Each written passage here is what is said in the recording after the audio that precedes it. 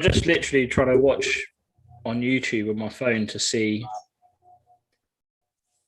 when it goes live.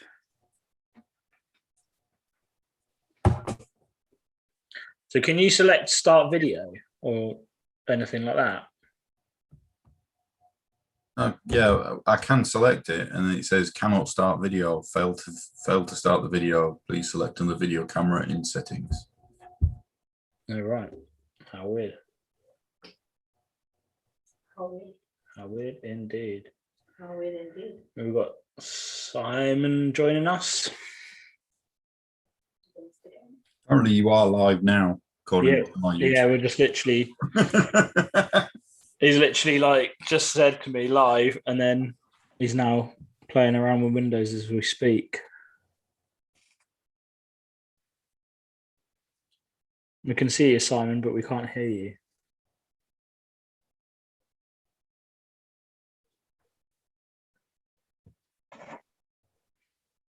You better.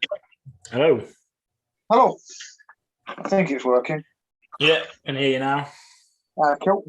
To give you fair warning that Pete's broadcasting you to the internet. Oh, fair enough. Yeah, no worries. Yeah. I'm not doing anything illegal yet. Yeah, that's fine. Luckily, we've got Dave's video cut this evening, so we're not going to get in trouble too much. Excellent. I only popped on just while I was looking about for an hour. Yeah, great. Good to have you here. We're just going to go through a few bits which have come up and see what everyone thinks of them. So, this is painting a pint. Right. So should we start with the latest, which is this evening's releases for next week, or the Sisters of Battle, or Adeptus Sororitas? Or what are you drinking as well? Oh, tonight I've got Brewdog Double Punk. Well, So, doubly strong as the regular stuff. What about you, Dave? well, I've just finished my tea, so You finished your tea. What, tea is in cup of tea, or tea is in tea? both. Both. So, question is, what are you going to move on to? Oh, I don't know yet. I'll think about that one. You have a think.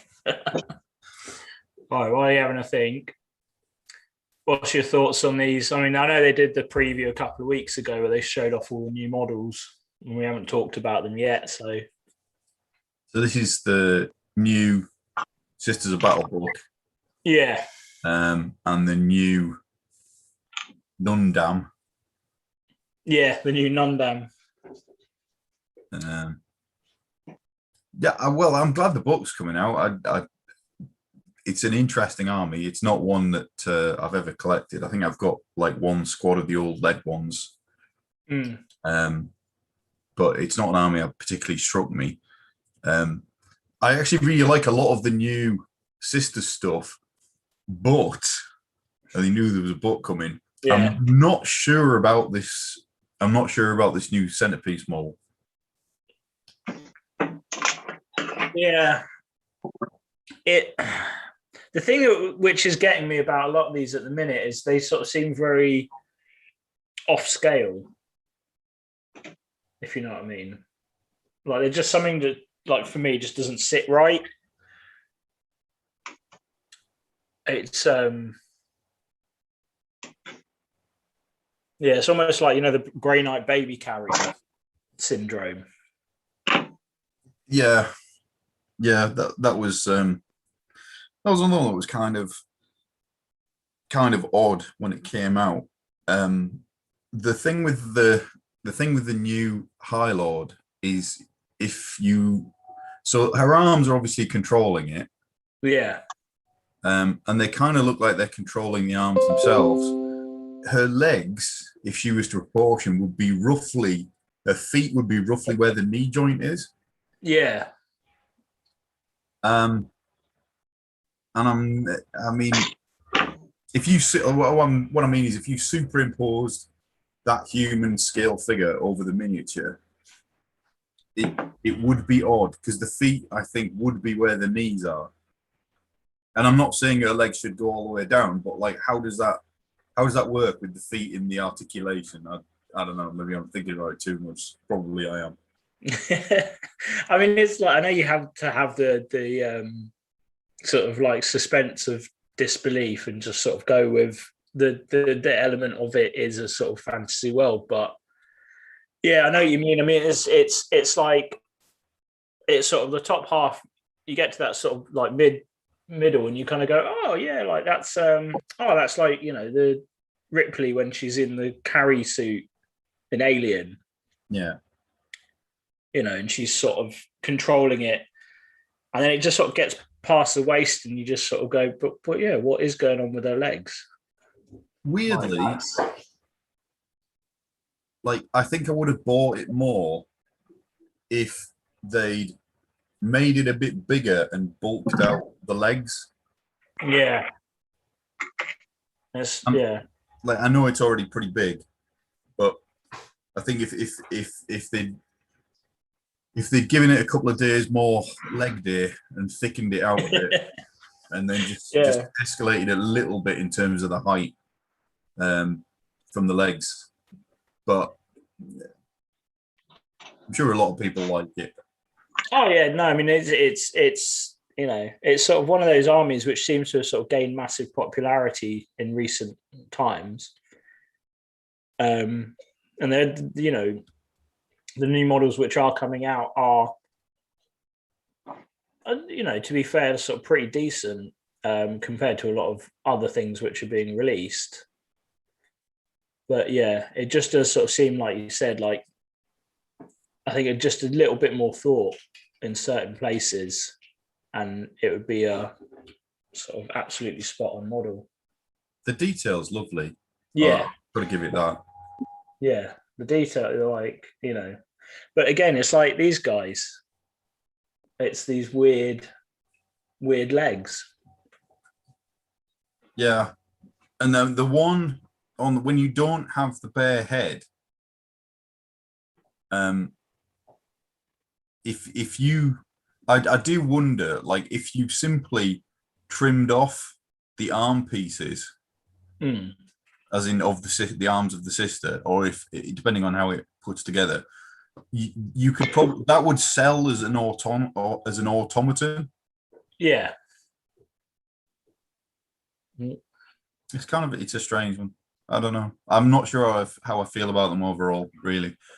But having said that, I really like all of the details, and I really like the sort of the flanged mace that the one on the left has got. So I get why people do like them. They're just not my cup of tea. No, I mean it's definitely it's definitely sort of one of those models which is gonna split opinions.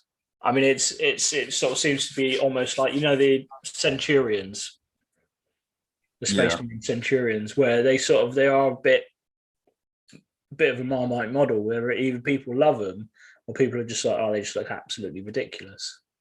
Have you ever seen the Flash Kits animation, the GW Flash Kits animation, where it's a piss take as if they're at the GW HQ. Okay. And they're talking about what there's all sorts of things about the legal department and sales and codexes and all the rest of it. And like the CEO guy says something about like, oh, we make Space Marines, but what about Space Marines, a Space Marine inside another Space Marine. and then the Centurion came out after that, and you're like, yeah, it's like a sort of like Inception Space Marine. It's like a Space Marine within a Space Marine within a Space Marine. Now, these though, I'm all about these. They are amazing. And if I was so inclined to collect Stormcast, I would be converting these. What from these, converting these to Stormcast? Yeah, absolutely. I think these are amazing. I don't want to collect a Sisters army. But if I was going to collect Stormcast, I'd be using these as probably as Liberators and converting them up a bit. Yeah. Which wouldn't take that much to do, I think. No, not at all. Not a huge amount at all. I mean, swap the shields over. I'm not even sure I would swap the shields. You'd have to get rid of the bolter off the hand, obviously, and you might have to do a bit with the iconography, and you'd have to do something with the backpack. But yeah, I mean, even if you'd got the backpack, trimmed off the bits from the top, you know, sort of like chandelier type bits, and just had them on the back, or around sort of like back part of the section of the armor. Yeah, just sort of rocking onto. Yeah, because I actually think that they would fit reasonably well with the new Stormcast. I mean, the legs, slimmer look. Like the leg armor is almost identical. Yeah, to the new slimmer. Yeah, well, especially the female Stormcast models. Like it's very, very, very, very close, I think. Yeah. Jesse. No, I really like them. I think they're fantastic. Right, and then you got this one, which the come at me broad pause. Oh, it's like Dogmata. It's just, I don't know. It feels like out of a whole load of models which are sort of so highly detailed and so, you know, so sort of like sort of cool posed and, you know, so well thought out, well, reasonably well thought out. So this one's sort of just a bit, I don't know, it just seems a bit dated. I don't know. I like the pose a lot, but it is a pose that they've used in other models before. Yeah. I don't really know what the role of it is in the army. Right, Terrifying Dogmata is here to keep a close eye on her fellow sisters and galvanize them from her rousing hymns. So she's like choir master. So she's sort of like a chaplain type one, here to keep morale and, you know, everyone in line, I guess. But it's just like the helmet on it, it's just bizarre to me. You know, it's sort of like, it just looks a bit strange. You know, I would have quite liked it if they made it just a bit crazier. Yeah, I mean, if your job is to like sing hymns in the middle of battle and, you know, make sure everyone else is doing what they should be doing, I think you got to have a bit more sort of flair to you. Like, there's another, I can't remember which other figure it has, but they've got cherubs flying around with them. Yeah, I know. Yeah, I know. Something like that, just a little bit more. Well, like a cherub with a wire, like carrying. I know it sounds strange, but like carrying some speakers or something. Yeah, like a PA system. Yeah, something like that, or just like, you know, carrying some sort of like holy symbol or something like that, just to sort of. Well, so you've got this Dogmata like belting out the, you know, death to the heretic and all this sort of thing, and you've got these flying babies carrying speakers that are showing it out. Carrying a PA system around. But it's kind of, I mean, I'm not 100% sold on it, I suppose. I kind of like it because it's got that come at me sort of look. But then when you say like this is what it does in the army, I kind of think, Is that, you know, it Yeah, looks kind of like a bodyguard type thing. yeah, it's not a frontline troop. It's more of a sort of, more of a support troop. If you know what I mean. It's there to. It's not there to fight predominantly. It's there to sort of morale boost. But again, not for me. Not. Yeah. And then, The dice though. yes. Oh. Oh yeah. Oh yes. I like those dice. Yeah. I mean, I know sort of like GW been knocked recently with their dice choices because obviously sort of some of them are quite illegible when it comes to reading. But yeah, these are, they're nice, clear. You can tell what the numbers are. I'm getting laughed at. You can tell, you can count quite easily. But yeah, they are sort of some of the nicer dice. Yeah. I don't know how they make these decisions. I mean, there's a lot of things about GW where I'm like, why, but the dice is a particularly odd one, I think, because at the one end of it, you have like the Lumineth dice. I don't mean the ones that come in the special edition box. I mean the limited edition. I think they were limited. The ones that came out after the main book came out, but not in the limited edition box. That are like a roller. Yeah. Yeah. And that was a crazy choice. But I mean, I love them. I don't play Lumineth, but I think they're amazing dice. And then you've got like the Squig dice and the Ogre dice. And some of them, like the Sylvaneth dice, were illegible but cool, in my opinion. Yeah. But then recently, you've had like the Mechanicus dice, which are boring, and the Daughters of Cain dice, which are boring. Again, my opinion. But like, there's just it's pips and the and a symbol for the faction for the 6. This is cool. This is nice. And not boring at all. But then maybe I don't like Doth. That's also true. So these are cool. I'd be tempted to buy these, even though I don't play Sisters. Just as a nice set of dice to have. Yes. Yeah. I mean, I agree with you there. It's the dice do seem to be very hit and miss as to, how And I thought that they'd the last couple, I thought they'd reined it in quite a lot. Probably because people were thinking, well, this is illegible. Yeah.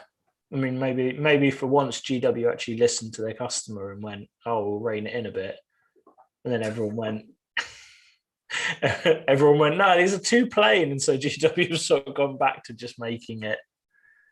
But yeah, maybe. I'm doubtful of that, really. Oh, we have to put a reminder in, and we should do it at the end as well, that the Cursed City giveaway ends tomorrow. Cursed City giveaway. So if you want a copy of Cursed City, you have to like the YouTube channel, comment on the giveaway video with your Instagram handle to be in for a chance to win. And it is a very cool game, and there are some fantastic miniatures in there. So yes, it's well worth the price of admission, especially given the price of admission is zero. Yeah. The worst you're going to have to do is set up an Instagram account. Yeah. I mean, I have to say, I don't know how big of a penalty that would be. I don't have an Instagram account myself, so. Well, you're not allowed to join. I mean, unless you're willing to sort of set up a. Well, it's my house, so that I feel like that would be a bit underhand if I would it myself. Yeah. Magically, the winner is me. No, it's not. I'll give it away to someone who's viewing Right, Necromunda. Do you play Necromunda? No, I played when I was about 15. A few games, and then never played since. I played it the first time around as well. I Yeah. played Goliaths and Rat Skins, Okay. which were both very cool, although the Goliath models now are considerably better than these ones, than the old. Yeah. But this is for House Cawdor, it's a House of Faith. So these are the religious fanatic types that aren't redemptionists, who are even more fanatical. Yeah. I mean, Oh, there you go, redemptionists. yeah. I mean, the funny thing is, I sort of like I haven't felt the urge to get back into Necromunda, and sort of haven't really connected with it as such, coming back into the hobby. But some of these models are nicely insane. Well, I understand that. If you have a Genestealer Cults army, you can play Genestealer Cults and Necromunda. And if you have Renegades and Heretics, which I do, you can play Renegades and Heretics in Necromunda. So if you wanted to have a game, I would be willing to give you the killing you so righteously deserve. The question is, can you play Space Marines? And no. I don't know. I in the old rules, there was an expansion which included rules for Space Marines. But if I recall correctly, and I may not, I think it was like one Space Marine, because just one lonely guy, just like overpowered. No, I mean, to be honest, I think it's one of those ones where I've seen some, I've sort of seen a lot of kit bashes where people have sort of created their own gang for Necromunda and sort of kit bashed, guard and a few a few other bits together to make quite interesting things. But yeah, again, it sort of seems it seems to be like at the minute some models coming out are just amazing, like really, really like nicely sculpted models, and then there's others which sort of slightly fall short on that current standard, if it was. Like, he's not doing it for you then. Not, I mean, I guess it's personal taste, isn't it? But it's for me, it just feels like, I think like there's a lot you could do, but I'm not a fan of the miniatures as they are. But I think there's a lot of interesting things you could do with like conversion bits to make them like Imperial Guard, or even Genestealer Cults if you wanted to go down the like Cult of the Four-Armed Emperor, they're pretending to be a church type thing. There's all sorts of things you could do. And the fact that they've got a dude with a chainsaw, which is also a flamethrower, I mean, how could you not like that?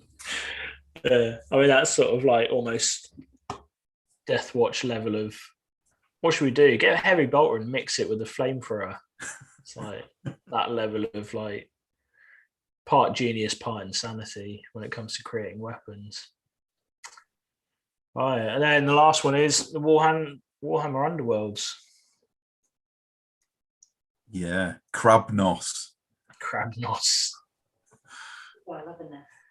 Yeah, it's going to get voted as Mini of the Year, I think. Oh, I think it could do. I actually like the fish as well. Yeah. Not a lot gets said about the fish, but the fish is pretty cool. Yeah, it's a cool looking fish.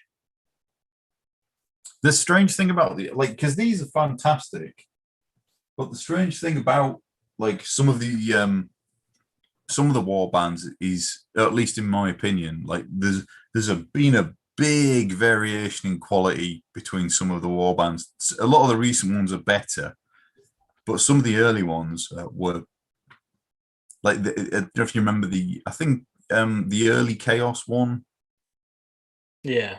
just looked pretty derpy. Mm. But the new ones are much better, and this has a crab. So This has a crab. We have a crab.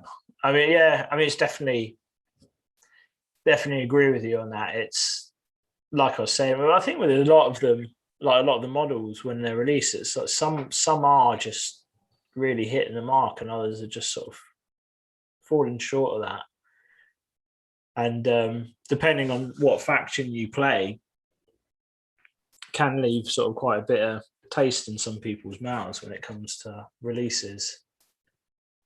yeah, I mean, I don't know what these would necessarily do for you. I've not looked at the rules for these.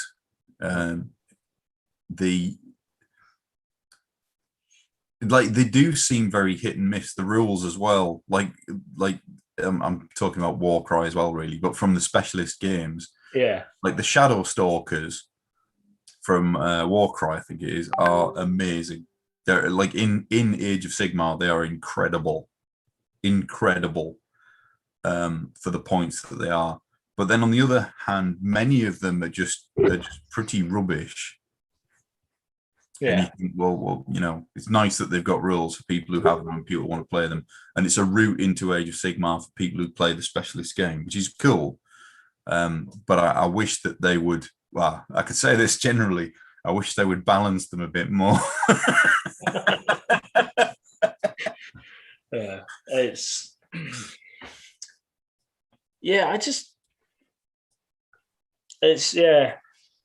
it does sort of baffle me sometimes, the fact that they can bring something out or update something, but it then be so unbalanced to the rest of the game, and you sort of Amazing paint job on these as well. They are beautifully done, beautiful miniatures and wonderfully painted. Yeah, fantastic. Yeah, I think that's part of the other thing now as well. It's the level of the paintwork on them is just so much sort of higher each time, that even if it's not a particularly great model, the paint job does sort of change it quite a bit. Yeah, I noticed that with a couple of the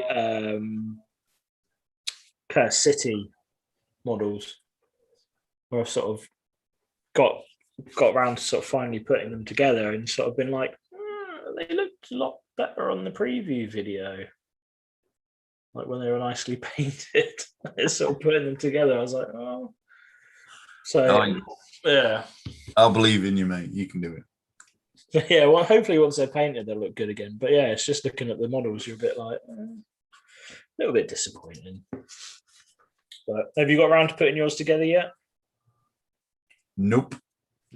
Nope. I've been working on Renegades and Heretics. Yes, we should get to that in a bit later on. Because next one is this. Sigmar. Dominion. No, we don't want to see Eddie Eccles. I can't help every time, like, I'm sure you saw the thing, the what do you call teaser thing, the what's in the box. Yeah. Obviously, being of a certain age, like, it's Gwyneth Paltrow's head. That's what's in the box. Everybody knows what's in the box. So everybody, like that's what I posted into the group on Saturday morning. I didn't see that. Like the gif of like the what's in the box. Come on. It's just like, I was just like, oh, they're they know who their audience is and they're really playing to it. We probably can't play the trailer, can we? Because we'll get like. No, I think we can. We can watch the trailer because we're doing a watch along. type thing. So this is super interesting. At least I thought it was. Yeah. Remember why we fight. Just Chaos. so. The dark. That was Archeon. That Focus. was Demons and Corn. blood warriors wrought ruin. Corn Dude's head. Yeah. Bone in their And wake. sort of. The mortal realms. So hard won. Soulbound. More In the corn. face of such defeat, the armor of mortals could not hold. Pride. So order gods, elves, then dwarves, but there's elves missing. And now that's what I thought was super interesting, right? Yeah. Yes, Nagash used to be an ally of Sigmar, right? Yeah. But he's not in the pantheon. He's death. He did his own split off. Okay. He's in the same section as Marathi. So you had the two elf gods, which, bearing in mind, that's still missing two of the other ones. Because you're missing Tyrion and you're missing Malarian. Yeah. Right? But you had Alariel and you had Teclis together. So there was two missing elf gods. But the two elf gods that we've like seen a lot of and have miniatures, they were both there. Then you had the two dwarf gods. And then it's Nagash and Marathi Kane. And of course, Marathi Kane did the whole betrayal, broken realms, etc., etc. And I wonder if that's kind of a hint. I'm probably reading far too much into it, but I wonder if that's a hint towards more AOS 3 where there's more conflict within order.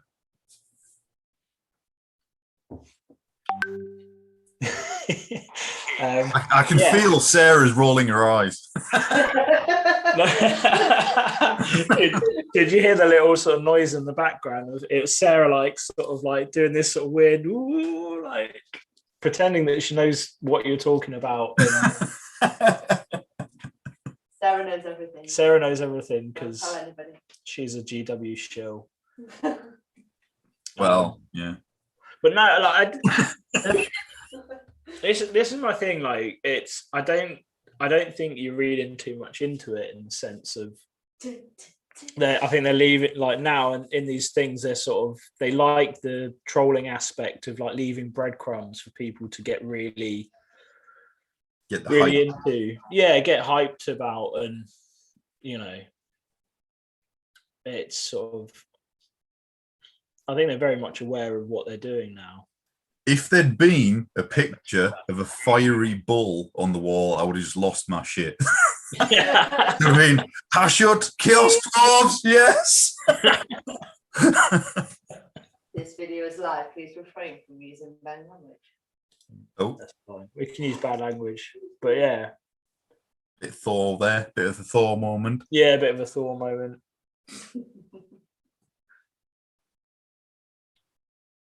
He's like, give me my stuff.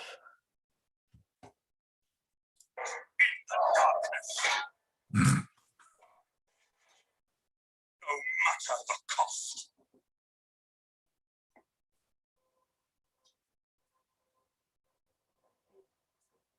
And these are the new ones.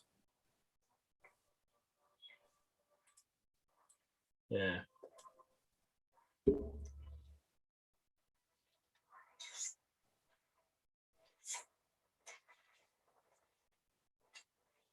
It is just Endgame, isn't it? Avengers Endgame with Thor turning up. So this is the new Stormcast fighting the new Cruel Boys Destruction faction.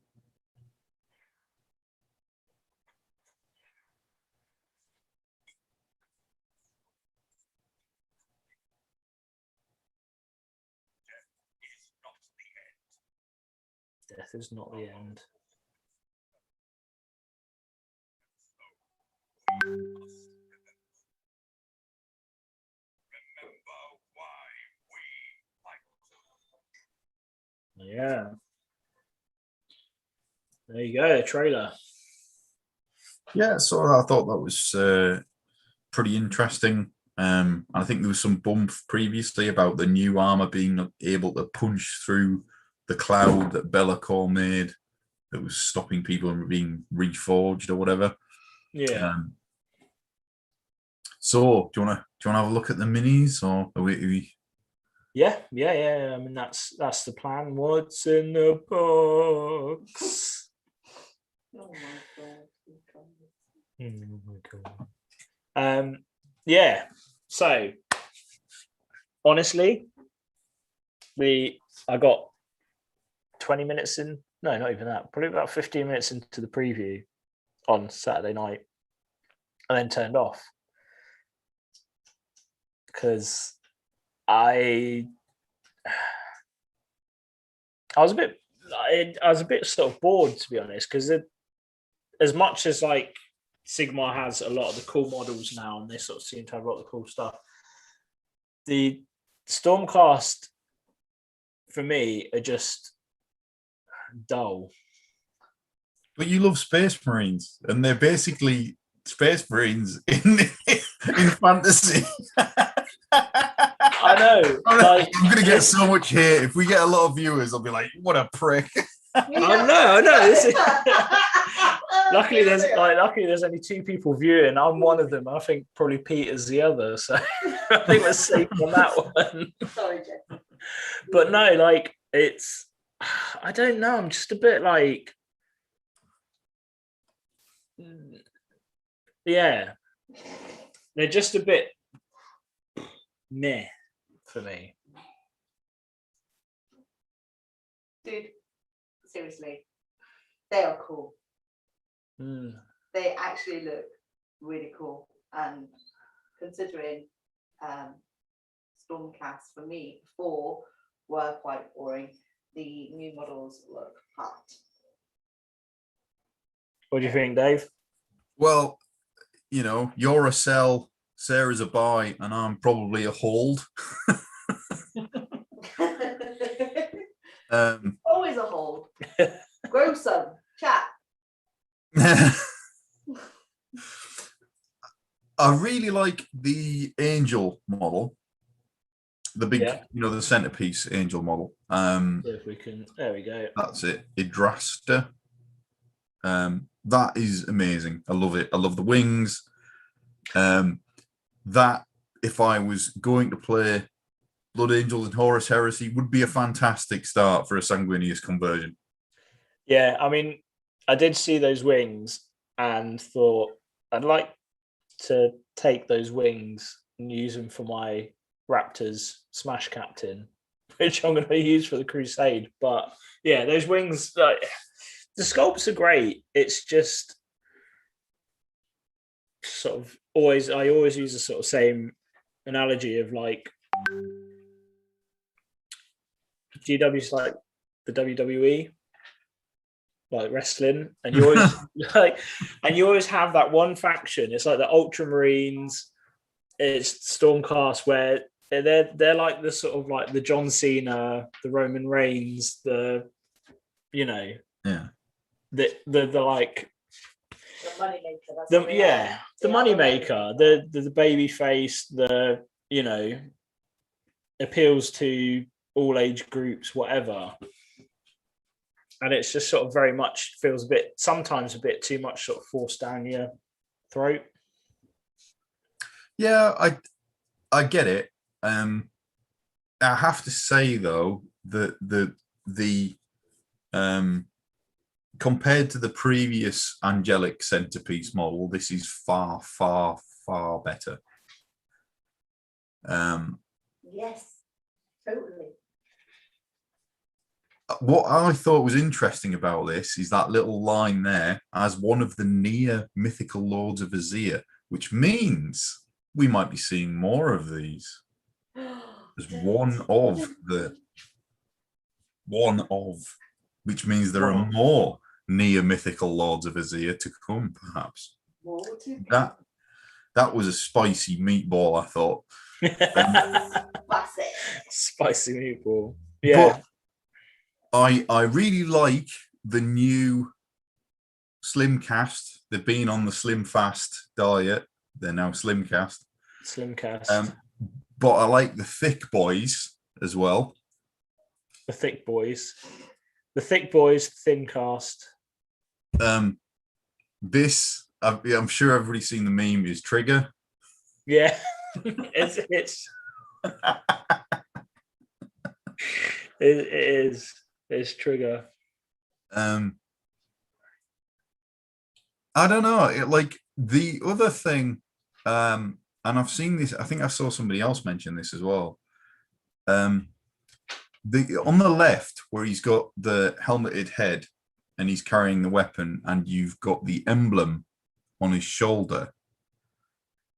We've now got like the one on his shoulder. I think looks a bit like classically stylized, heroic Greek god type face. Yeah. But the helmet and the one on his staff, they look more dwarven. Yes. That was, I've seen that. I've seen somebody else say that about the helmet, and I think it's also true of the icon on the staff, or whatever that's supposed to be. Yeah. Thing. Yeah. Over on the staff. Yeah. But I mean, it's a brilliant miniature. I'd have to do a head swap though. I couldn't live with Trigger. I couldn't have Trigger now because I can't unsee it. You know. I mean, what you could do is get the Dwayne Dibley Uriel Ventress head, stick that on him. Yeah. And problem solved. What do you think about the big bird? The bird? Yeah. But I mean, that, on his armor. Yeah, I mean, that, again, it's like, I thought griffins were sort of meant to be their mates as such. And then it's like you've killed one and stuck it on your shoulder. Yeah, that was odd. An odd choice. Yeah. I mean, I know, like, sort of, because I sort of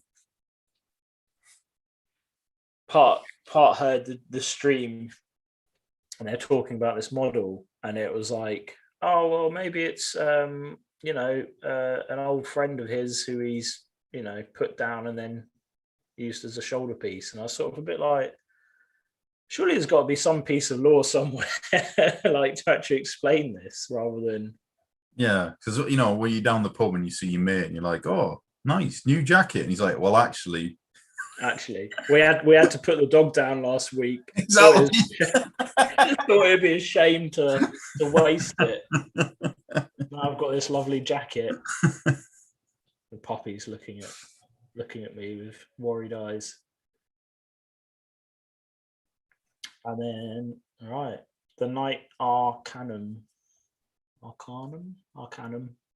Yeah, weird face. Do you know what? I quite like it. Do you? Yeah, well, do you know? It reminds me of like a sort of like Mortal Kombat character.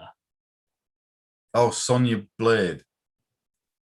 That's it. Was she Mortal Kombat or Street Fighter or something like one of those? But yeah, it's that sort of, Yeah, I suppose.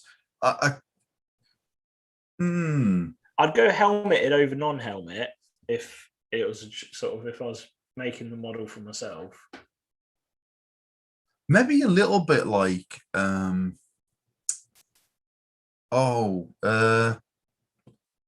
can't remember her name. She played Starbuck in Battlestar Galactica.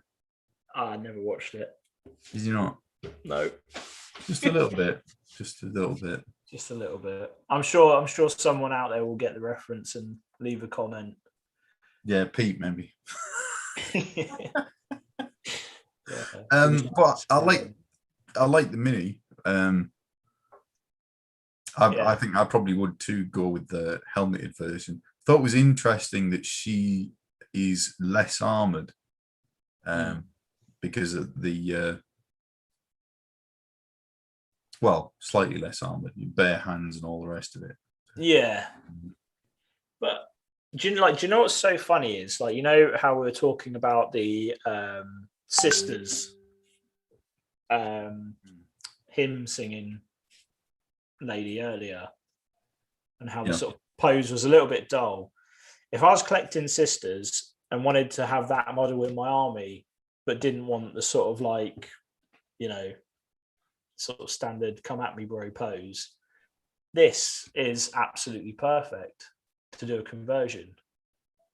Yeah, This is what I'd hope. This is what I'd have expected for him singing "Sister of Battle." I think you could do it fairly readily. You probably want to change the weapon.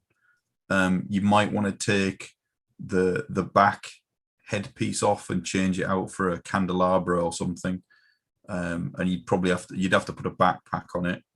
Yeah, but the book works with it. The scrolls work with it. Yeah, yeah. I mean, even if you took the top of, the other one's staff off and swapped it out with the one on here, it's you're sort of almost halfway there already. The one thing about the mini, other than the face, which is a minor thing, because I don't think it's bad. It comes off as weirdly androgynous to me. But maybe that was their intent. I don't know. It's the belt buckle. The belt buckle to me looks weird. Okay. I hadn't really sort of like picked it out as a strange part, but it might just be me. But I think so. But like I see what you mean about the face. It's almost a sort of like, I don't know. It reminds me of Macaulay Culkin, to be honest. Just like going through that troubled phase. Yeah. But again, who knows? All right. Moving on to the Knight Vexillo with banner of apotheosis. I'm murdering these today. What do you think of this one? It's a sort of standard pose, standard thing type. Do you know what I mean? It could be a Space Marine, it could be a Custodes, it could be anything. Do you know, like, yeah. insert good guy, model. This is the one that I actually really liked. It partly because it is like, it's quite open. You could spend quite a lot of time painting this, I think, and take it, like, do quite a lot with it. Oh yeah. From a perspective of, like, a model to paint, there's a lot you can go with, definitely. The sword is really cool. The knee pad looks really nice. There's a lot of nice detail on the armor. Somebody's broken the standard at some point, looking at that. Yeah, that's one thing I was going to pick up on and say, like, it does look like someone's dropped it and super glued it back on quite roughly. Who's not done that? To be honest, it was probably like some poor GW like painter's been painstakingly painting this like for days on end, done an amazing job, and then the photographer's like dropped it or taken the photo and just like stuck it on with a bit of super glue. But no, I mean, it definitely, I think, like, it goes back to the idea of, like, a lot of the paintwork on these models now is at such a ridiculously high standard. Not saying that they've ever been of a low standard, but it's just, No, yeah, it's incredible. Yeah, I mean, it's beautifully done. And that sort of, it sells. That sells the model. Is if it looks that good painted up, it's a sort of selling the dream, as it were, of like, oh, you know. Oh yeah, it's like the American dream, though, isn't it? Like there's a Yeah, the aspiration. Yeah, it's the aspiration. You know, one day mine will look that good, and then you have a sort of 5-minute video on YouTube telling me how to paint like this, and it's not. It's not.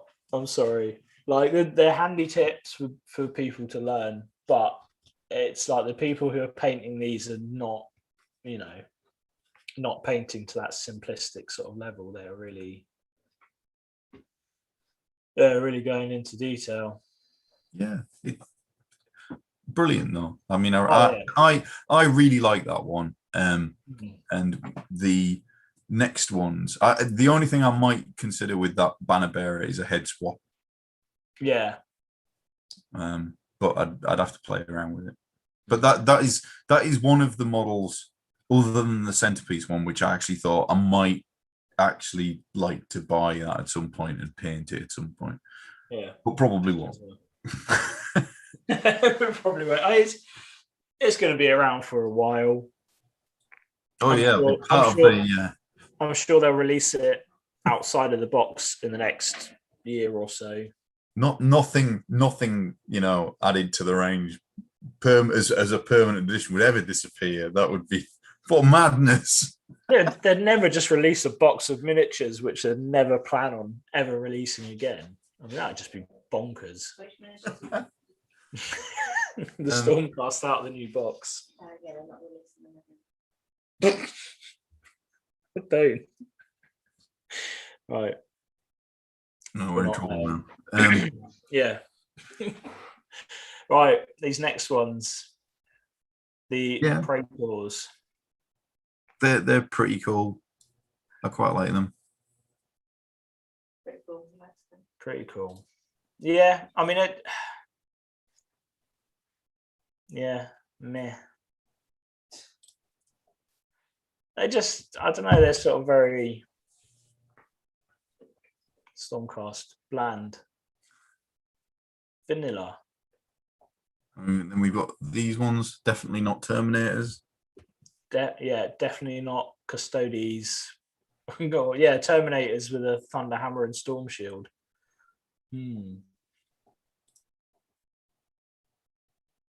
But yeah, I mean, they are. Even the shoulders on these do actually look like. Do you remember like this sort of like really, really old school Terminators where the sort of like shoulder pads went up over the head? Do you remember them? Yeah, I can't remember what they were called, but yeah, I remember they were like the first generation, weren't they? Yeah, they're sort of Rogue Trader ones. Are they the Rogue Trader ones? Yeah, But yeah, they're very much.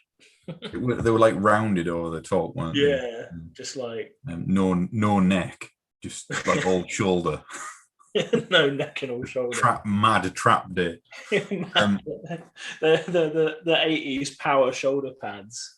So here's the thing which like confuses me a little bit about this, right? Because in the description, like they're different types of armor. Yeah. Right? But these dudes are bigger than the old dudes, who were bigger or at least chunkier than the new slim ones.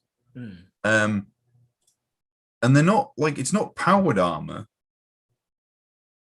Because like, look at him, look at his head. Like, yeah.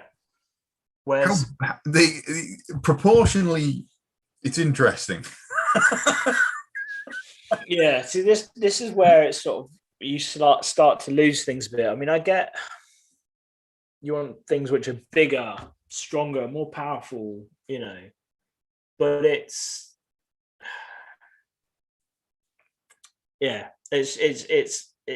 just gets past that sort of nonsensical point of Yeah, if it was like, I can't remember if this was originally the case, but if it was like lightning in a bottle, like Thousand Suns type thing, where they're not meat in there, they're like spiritual energy, then you can kind of say, well, you know, whatever, you know, they're just however big they are, that's how big they need to be. However big you craft the armor is however big it sort of sits inside. Yeah, I mean the models look cool. I mean, it's the again, it's sort of they look cool. I mean, they're not. I don't know. They just don't do anything for me. They're not sort of particularly. You should be. This should be your jam. You're the big Space Marine man. You should be. I know. Looking. Yeah, she is the Space Marine man. I think when it comes to Sigma, though, I'm like, I want something so different. Like, I don't want the sort of same. Like, Space Marines are Space Marines, and I'll always love Space Marines and play Space Marines. But if I'm playing someone else, I don't want to play Space Marines. Space Marines are so boring. This is gold. But I mean, it's Well, I think the miniature's good. I like the line motif. I love Greek face man. I like his kind of the head is kind of scarred up on this one. Yeah, looks like he's been through something. And then we've got Vindicators. God, it's Primaris Marines, isn't it? But with spears. Yeah, they seem to have done that sort of thing where it's like there's your Terminators, there's your Intercessors, Annihilators, Vindicators. I mean, they could easily be Reavers, maybe, or I don't know. Space Marines. Yeah. I actually do like these though. I probably prefer these to the original Stormcast. Because they look like, I'm not sure if it's the movement on them or the fact that they're a bit sleeker. I'm not sure what it is, but I actually quite like them. Yeah. But again, they're not my. I like them, but I wouldn't collect them. I don't like them that much. Yeah. Yeah. They're not. At least for me, they're not something which I'm like, oh, like that's really. It's like some of the Luminef models. I absolutely love them. I want to get them because I'm like that would be a great painting project, like something to really test me. Whereas I think with these, it just would feel like I'm once again batch painting Space Marines. Yes. Which is so much fun. Which once again I'm going to be doing thanks to the Crusade. So, but I'm making it interesting. But Is that another dodgy spear? Or is that just the angle? Or is that just the photo? Yeah, like again, it looks like it's had a bit of a mishap. I think it was one of the other ones as well. Sort of looked a little bit. Yeah, that looked a bit skewer. Or is that the same one? No, it's hard to tell with the photos, but because I know they've obviously been sort of cut out and but so yeah, and then on Cruel Boys, which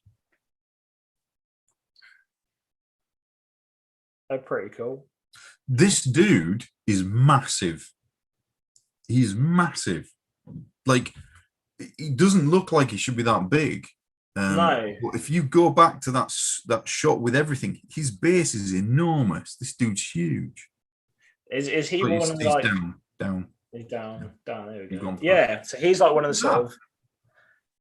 So what size would he be? He'd be similar size to the Chaos Lord on. Is that sort of Chaos Lord on the Carcadon or whatever it's called? Or is he might be bigger. I'm not sure. Yeah. Because the Stormcaster on I think a 40 mil.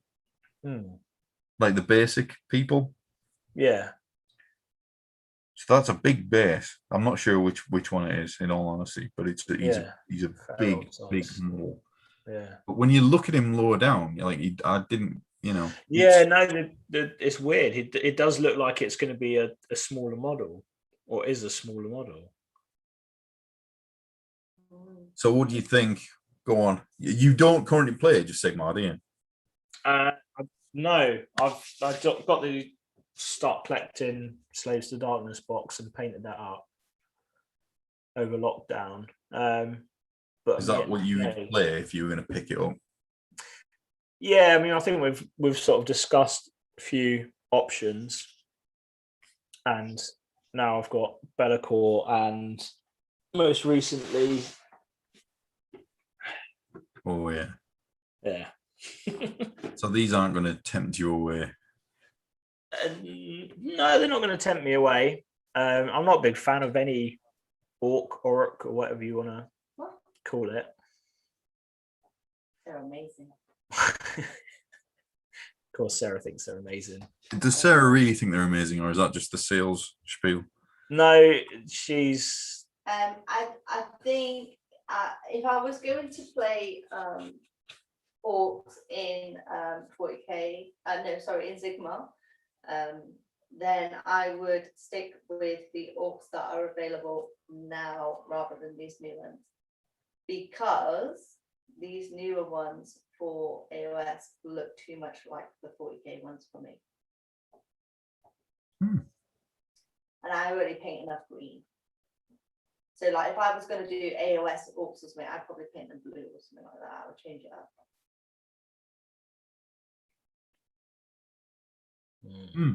But they are very cool. I do like the models, but I already paint that sort of thing, so I don't. yeah. If I was going to collect orcs in Age of Sigmar, I would probably choose these new ones rather than Now who's the salesperson?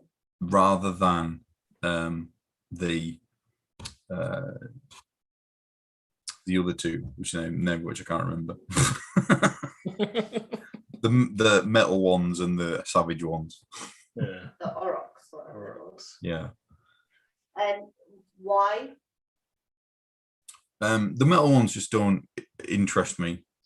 They've got, they're very good at it, but they seem a bit one-dimensional. And the Savage Orcs, I think I probably prefer to the Ard Boys or whatever they call themselves.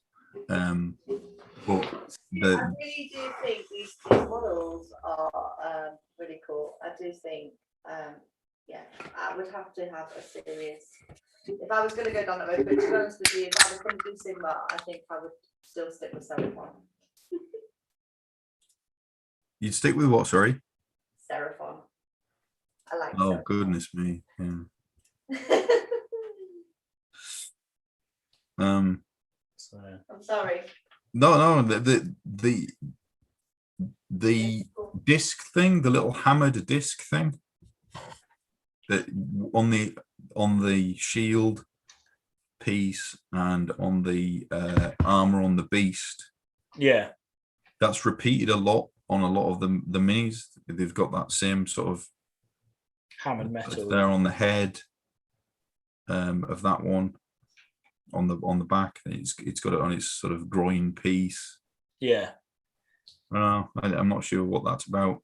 The little goblin stirring the pot looks like he's got a watch on. Kind of weird.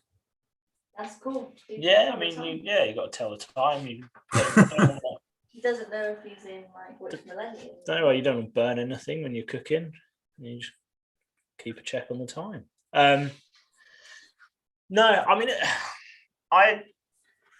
do you know what's funny is, I think these look a lot cooler than the Stormcast models. Yes, they do. Agreed. Yep. I kind of feel like this amount of detail and attention should have been given to the most recent Orc releases for 40k. What do you mean? In the sense that I think the more recent 40k Orcs were a bit plain. As in who? As in the ones that aren't out yet? No, yeah. The ones that have just been previewed recently. I don't have a strong opinion about the new ones. Like I said, Yeah. I'm not a big fan of the big squid things. But I do like the new Orc Boy look compared to the old Orc Boy look. So I don't know. Yeah. Well, I just had someone comment on the YouTube video saying loving the set. GW modeling is improving. So it is true. The modeling like some of them is improving massively. Like as you can see on these, the detail on them is just absolutely insane. But then you sort of, it leaves me to wonder why certain lines are getting this form of attention, whereas some aren't, or it feels like some aren't. Do you not feel like they have a lot of lines to revisit, but obviously they've got to do it in a manner where it makes sense to certain storylines? Dave? Did you hear that? Oh, thank you for that. I mean, there's two things, I guess, and one is more important than the other. The first one is the business question. Clearly, whatever they do, they have to be able to sell it. They have to make money off it. It has to be making good return.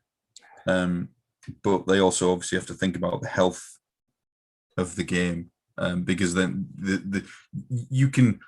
I mean, I could make an observation, which is the obvious one. You can keep flogging a dead horse and you'll keep selling, but eventually you can harm the overall sort of ecosystem of the game if you just repeatedly sell for the same faction, even though it may be your most popular faction. It's not good for the ecosystem over time. Okay. Yeah, because at some point you're having Space Marine versus Space Marine battles, and that's what you're having. Yeah. Overall, that's not good for the setting, is what I'm saying. Yeah, no, that's like, I 100% agree with that, because it is, you put so much effort into one singular line that's all you're going to get people playing. Yeah, that's why. Do you not think that they haven't done that? Like recently, you've had, obviously on an AOS front, you've had the like, what are they called? Lumina. You had Lumineth, but then you've also had the Soul Wave. Yeah, so great. I mean, but this is. Then they also, in between that, released a new model for Nighthorn and Stormcast to keep them interesting. They've also now, look, we've got Lord Croak, you've had Belikar. The range. Yeah, I mean, I think it's not like they've focused on one faction. No, I mean, I think Sigmar is more balanced than 40k in that sense. No. No, I disagree, because again, they're working through. They've done Death Guard recently to Dark Angels, then obviously to.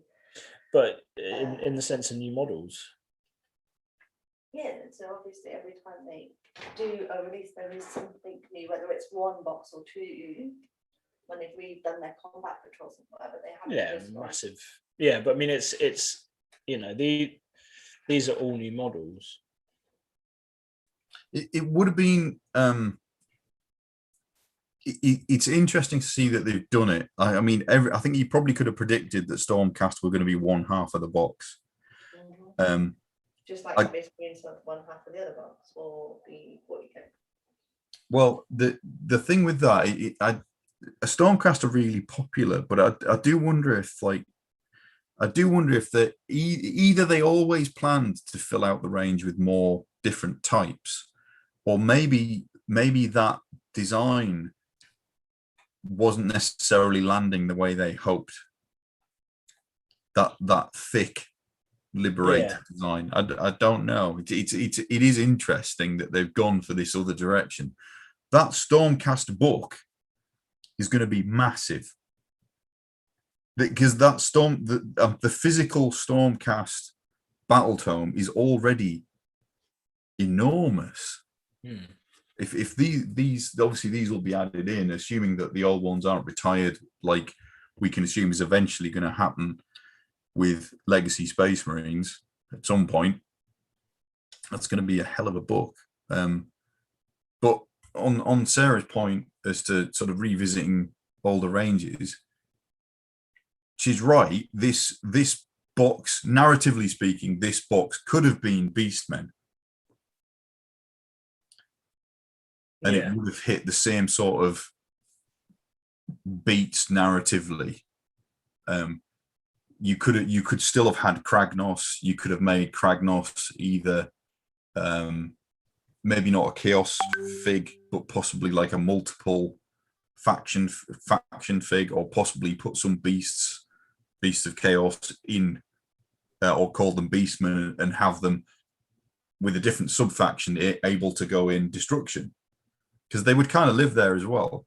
It's interesting, but I think they probably thought that, there's more money to go with a new faction, and they are very cool. Can't fault that, and I think they probably know what they're doing in terms of the sale. The other interesting thing, everybody's got a pet now. Don't know if you've noticed that. Yeah. Everyone has got a minion or You've got a dog. You've got a little buddy. Yeah, a little boiling cauldron buddy. A little. Yeah, they're all, apart from this guy, but he sort of collects. He's collecting heads, so he's never alone. And the tongue, the tongue is the beast of it's the tongue of a beast, which gives out some sort of horrible vapor or something. He's an interesting one. So they're supposed to be Kragnos. The pictures are supposed to be Kragnos. Yeah. And I couldn't help but put out a spicy tweet about this earlier today. That these are, because they're supposed to be the Mork this side of the Orcs, so of Orcs. So they're like they're the cunning ones, except they worship Kragnos as the living incarnation of destruction, which indicates they've not read his war scroll. So they're not that clever. Well, I don't think has any orc ever been classed as clever? Well, there's a rare destruction player who can actually read their own battle tome, as we all know. It's a wow. Topper has to get somebody to read it to him before every game.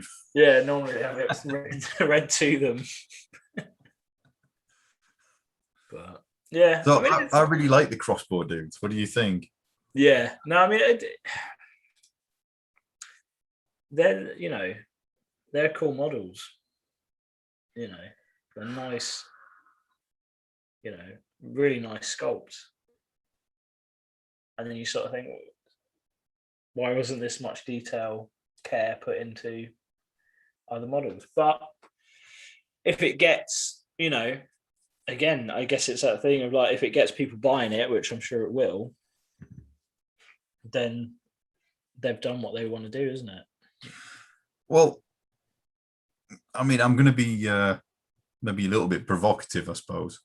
But starter sets, I mean, Sarah would know if she's allowed to say, but starter sets are aimed for people who are starting.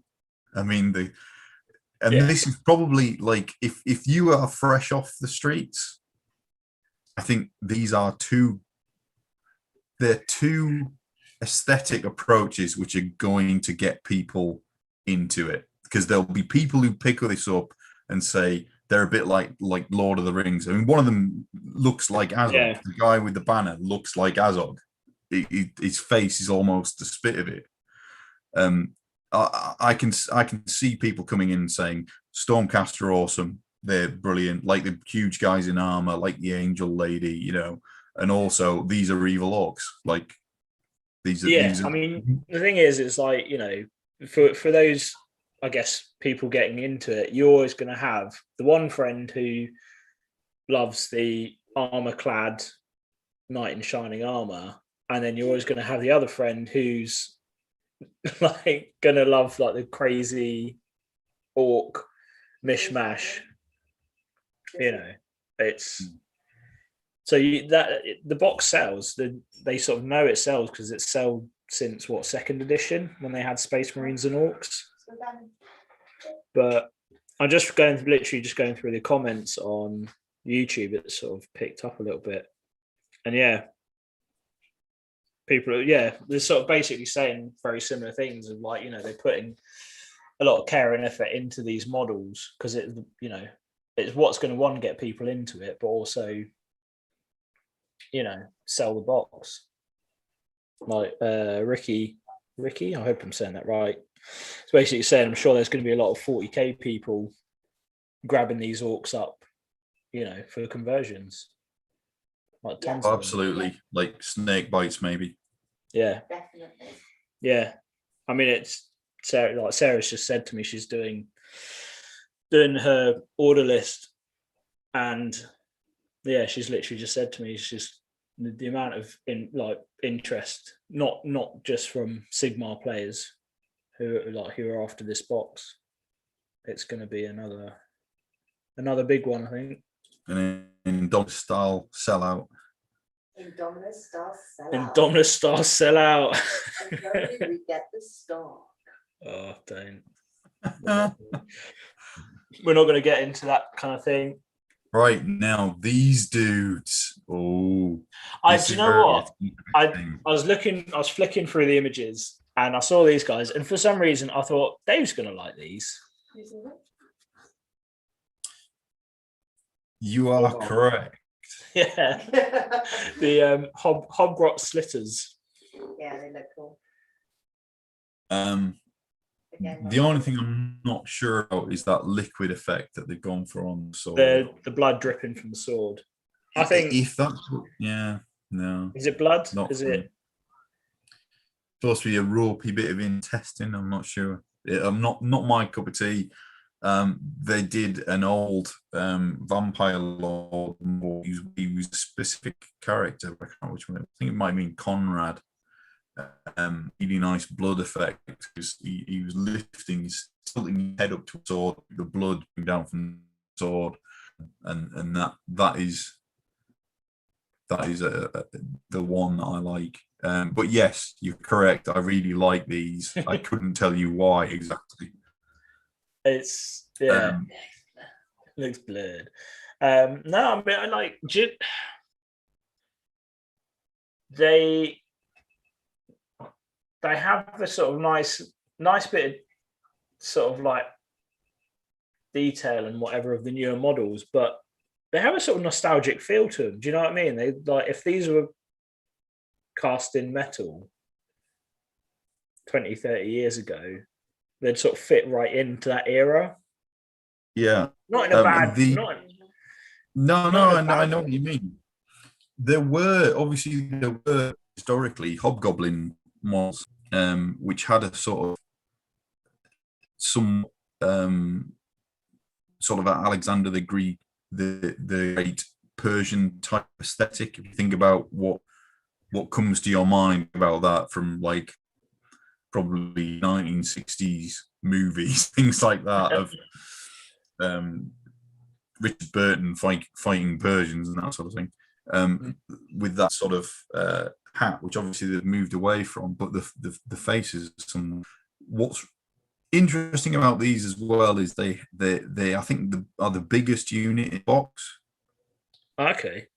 So you get quite a few of these compared to the others, which is interesting. And I wonder if we might these again, because in their background stuff for these, it mentions that they trade with this dark force for the armor and the bombs that they carry.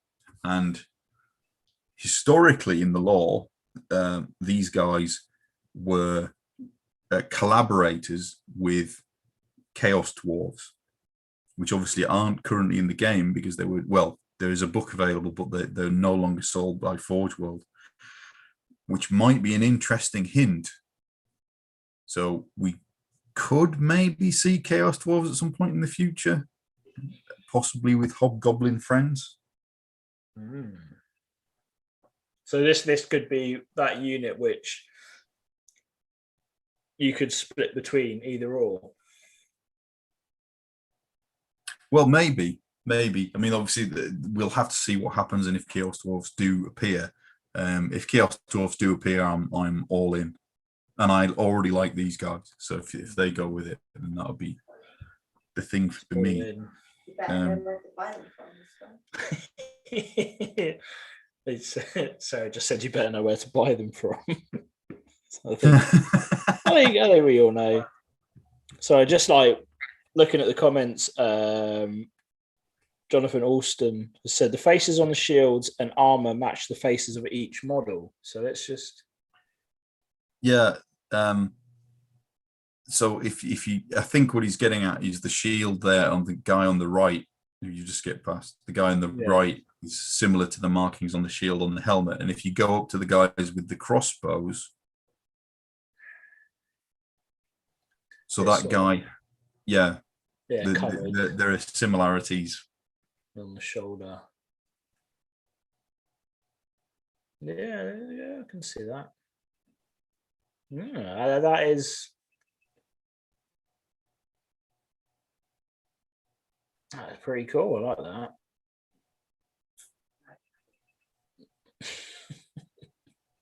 Sarah said, now you like it. I've never said anything bad about these guys yet. So the most important takeaway from this is that potentially Chaos Dwarves are coming. Yeah, so like we've now we've like trashed the Orcs, trashed the Stormcast. We're not interested in any of it, but yeah. So core book, 360-page tome, accounts for some of the box's weight. So it really is Indominus, isn't it? It's just a wad of paper and some minis. Yeah, it's interesting. Firstly, the artwork on the new book is gorgeous. Yeah, that angel sort of thing is amazing. It's interesting that they didn't go with Stormcast and the new Cruel Boys on the front of the book. So maybe it's still kind of hinting that the big sort of defining struggle is order and chaos rather than order and destruction.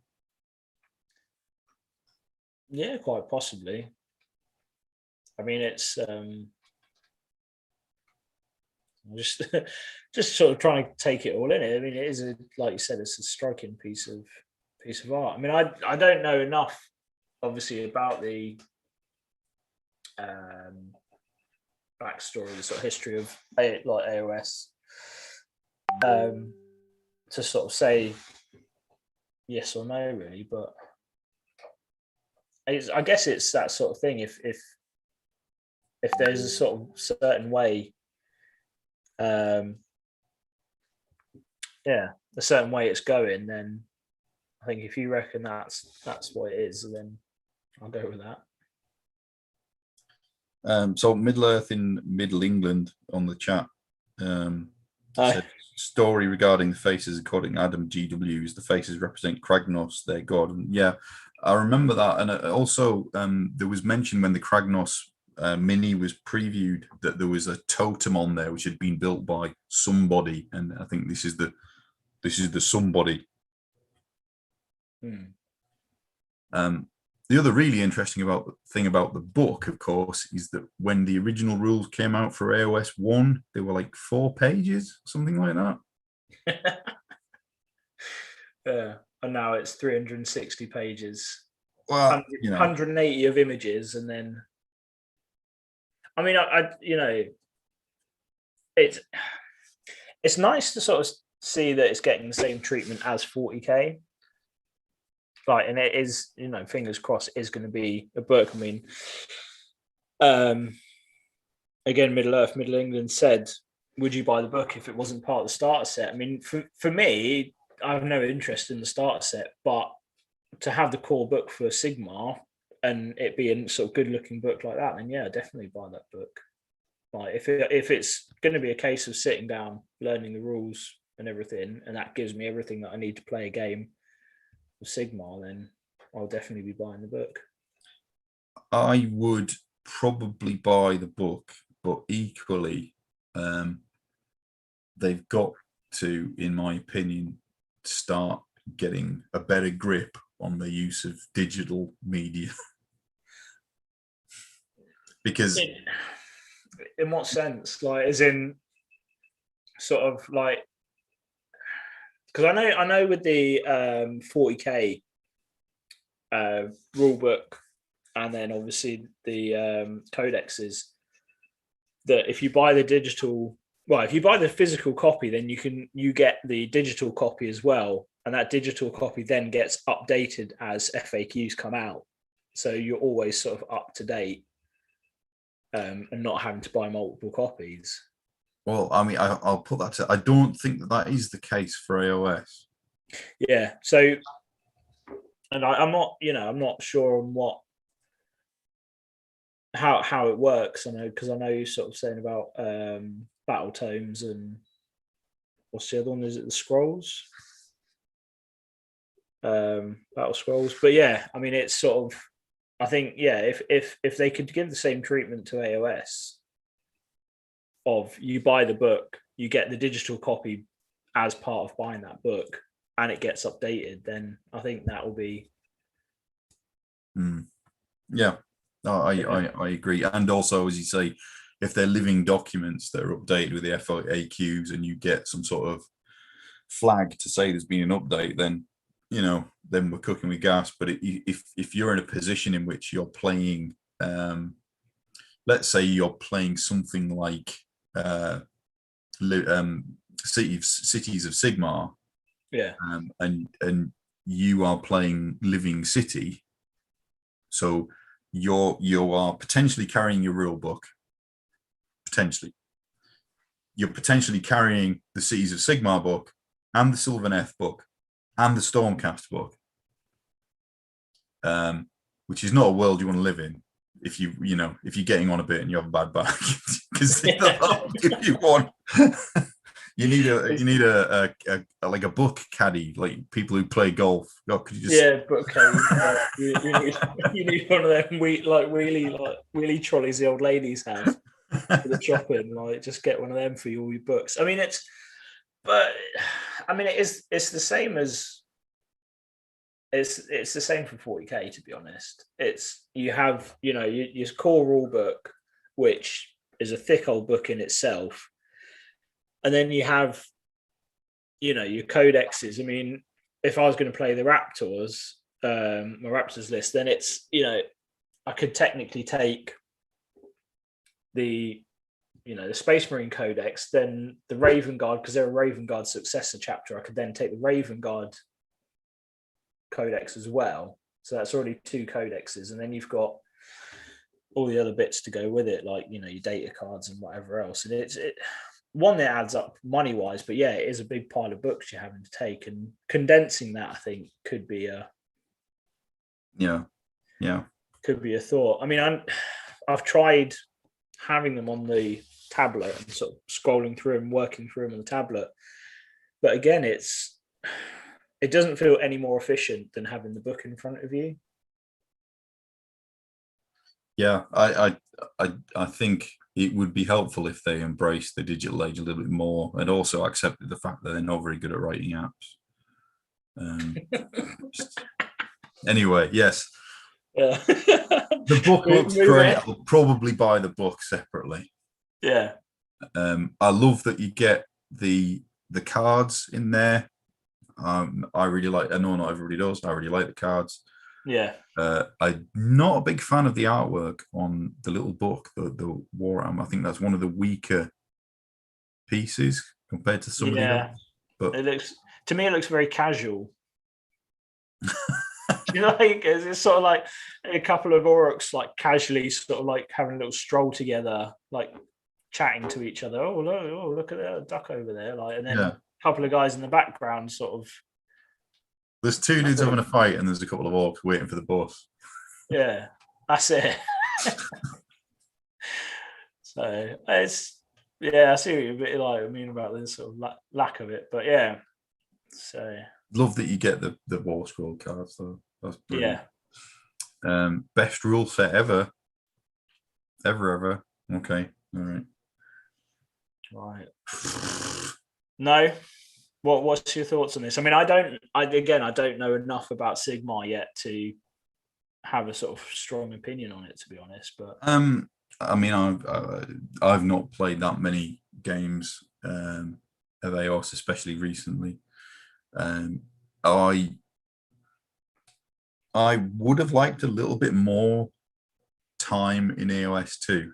but that's mainly because of lockdown and all the rest of it, and things that shall not be named and all that. Yeah. There's a Yeah. lot I've seen in terms of rumors for AOS 3, which I'm not thrilled about, but rumors are rumors, and even if some of those rumors are true, you don't know what they mean in the context of the entire of all of the changes to the game, which you may not be aware of. But things like charge reactions don't fill me with joy, because I think they benefit shooting factions, particularly who were already possibly doing a little bit better than you might like them to be. But that's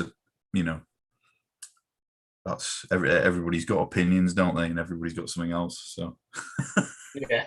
No, I mean, everyone's going to have choices, opinions, and whether it works for their army or not, who knows? But you've got to take it in the context of all the changes, because it's easy to say, I've seen this rumor, and, throw your hands in the air and go, oh my goodness, this is happening.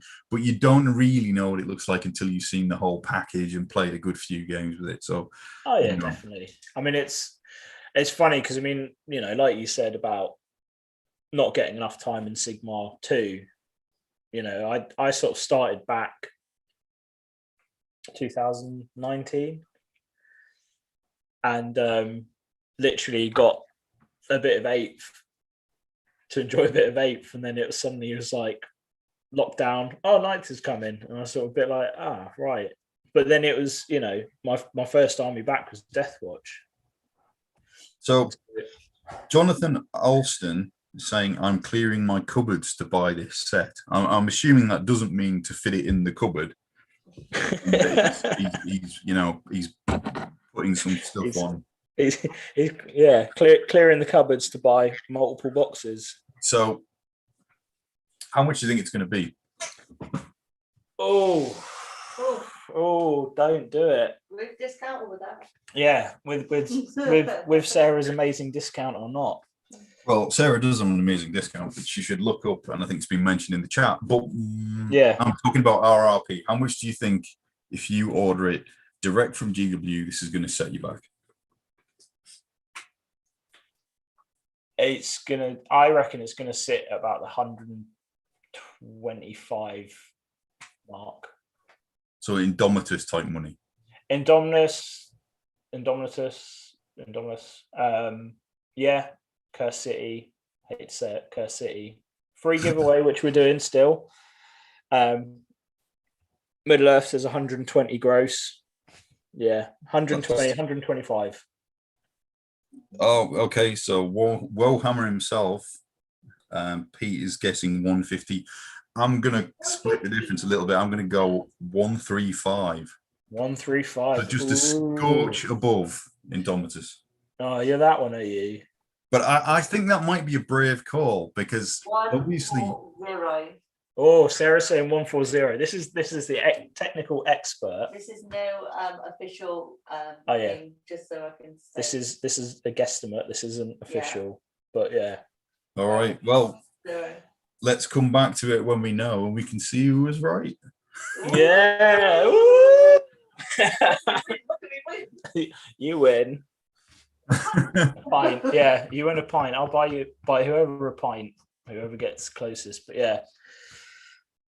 So 125, 135, 140, 150, 120. Okay. If anyone else wants to throw a guess in there, they're more than welcome to.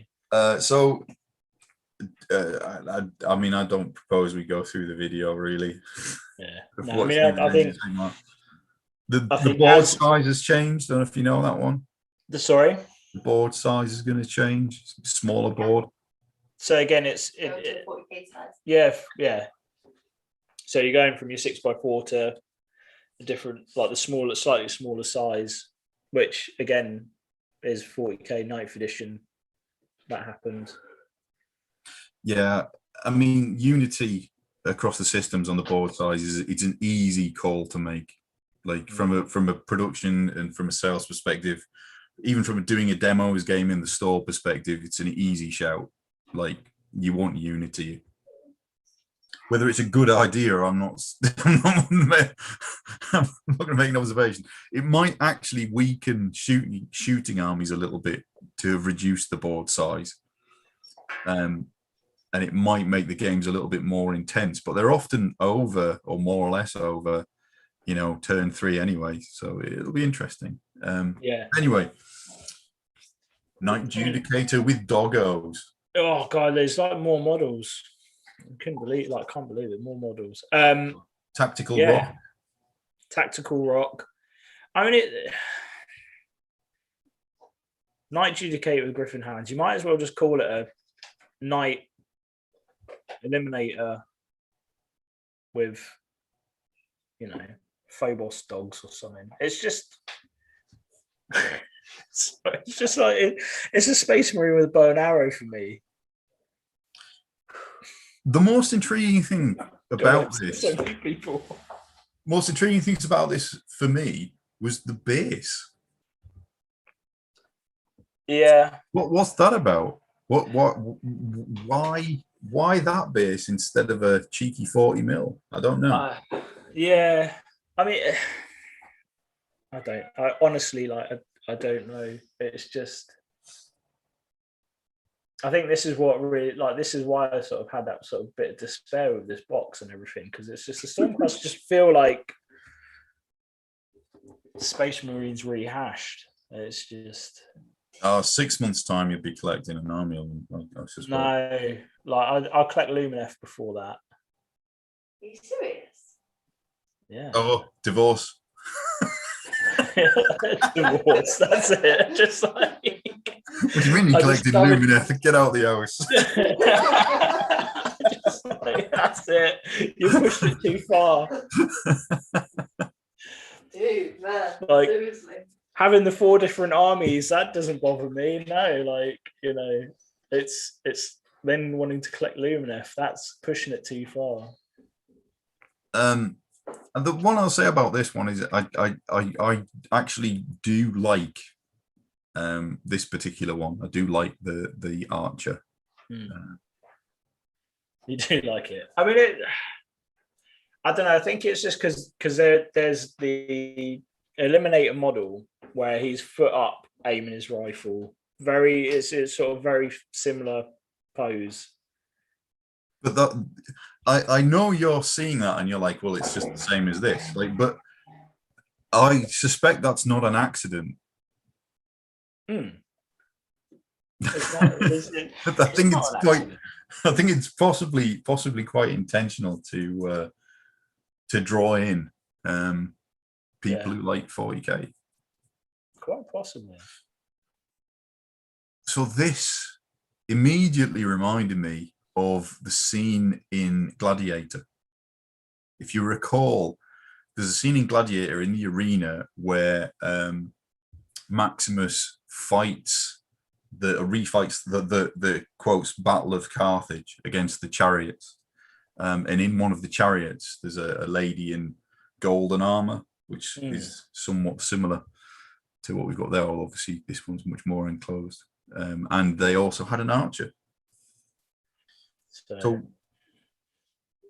this is interesting because I didn't think they were going to go in this direction of saying, okay, let's have chariots, because they've not really lent into chariots with other factions. Yeah, I mean, I think Middle Earth said again in the chat.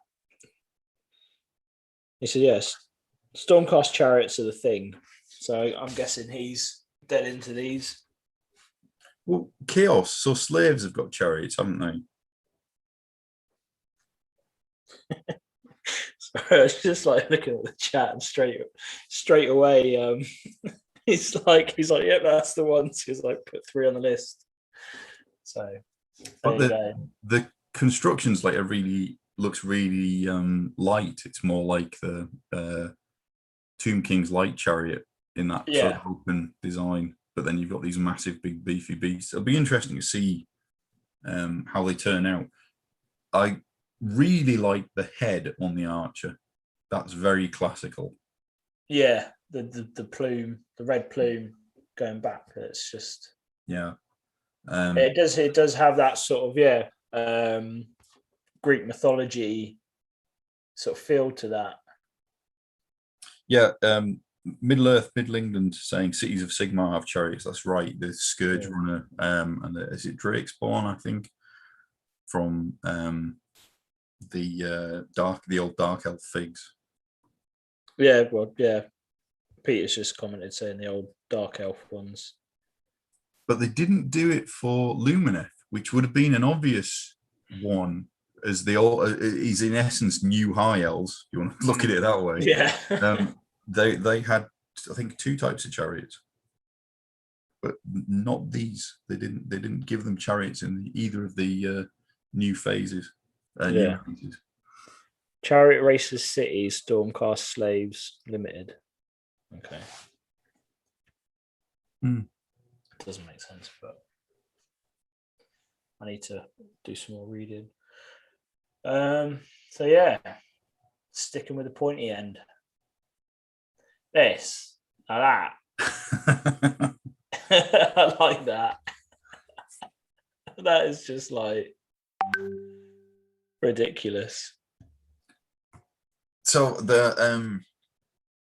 they had spear chuckers. Orcs and goblins used to have spear chuckers, which were they had I think there were 3 different pieces of artillery they could take. Yeah. I could be wrong. There may be more, but I think there was like a rock lobber spear chucker, so it was like a catapult, a ballista, and a doom diver, which was a flying goblin. And I assume that this is like the spiritual successor, because I don't think that any of the other factions, so Bone Splitters and the other one whose name I keep forgetting, Iron Jaws, don't have that kind of artillery. So this is a cool thing, and like I can see people maybe playing these as allies to give themselves a bit of long range capability. Oh yeah. Ricky has said mount that on a 40k model. I'm all about that as a snake bite sort of thing. You could do a lot with that. Oh yeah, I mean, just whack a rocket head on the end of that, and you could, yes, you know what I mean? It's like that's a piece of like orc artillery. I mean, it's bonkers. I mean, but is that a cannon next to it, or is that where are we looking? On this sort of second image, you've got the top view down. You've got the main catapult, and then you've got one of the sort of goblins. Oh, I don't know what. On the bottom just a sort of, yeah, I don't know. I think it might just be a large sort of quiver full of crossbow bolts. Yeah, that would make sense. Yeah, that would make more sense. It's like a cannon and a huge crossbow. But yeah, I love it. It sort of reminds me of like, you know, the huge like anti-tank rifles which you need to like nail in the floor. Yeah. To sort of like take a shot with. It's like it sort of looks like one of those, but crossbow form. I can definitely see people saying to themselves, you know, maybe I'll have a little bit of shooting in my Sons of Behemoth army, or my, you know, just give themselves a bit of fun, a bit of variety. But that's a brilliant one. I love it. Yeah, and then this one. Why wouldn't you? Why? I mean, it's just like the sort of like it's almost like the orcs have looked at the Sisters of Battle models and gone, hold my beer, and just sort of jumped up onto a. I thought it was a bit of a call out to the Battle of Five Armies troll. Yeah. Where the guy's riding the troll in a slightly similar way. It would have been, I mean, I'm asking too much, but I would have loved to have seen some ballistas mounted on a mega gargant. Like, yeah. Dudes riding on a mega gargant firing ballistas, which is, yeah. But ideally ones that they bolted into his head. Just stuck in his head. Oh.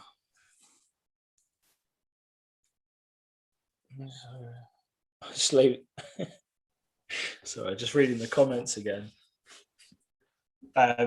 Yeah, it's just again, it's one of those Sigmar models where I'm like, I don't.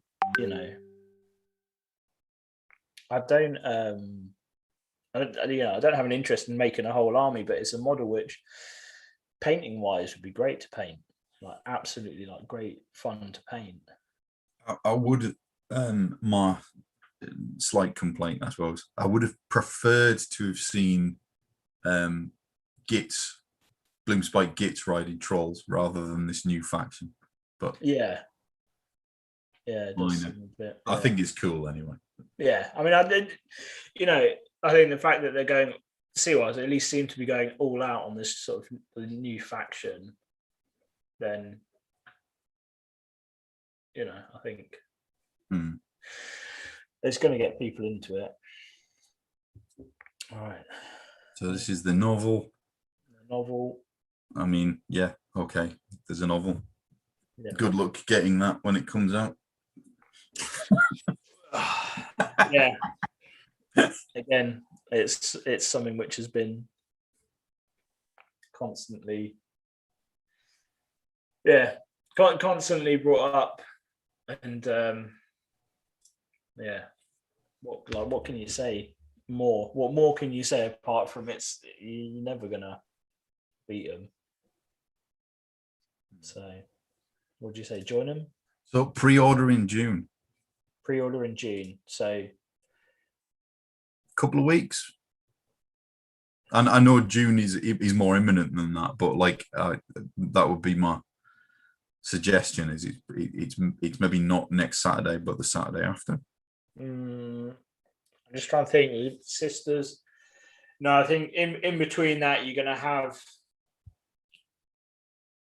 Orcs, 40k Orcs, and their codex and everything like that. So I don't know, maybe mid-June.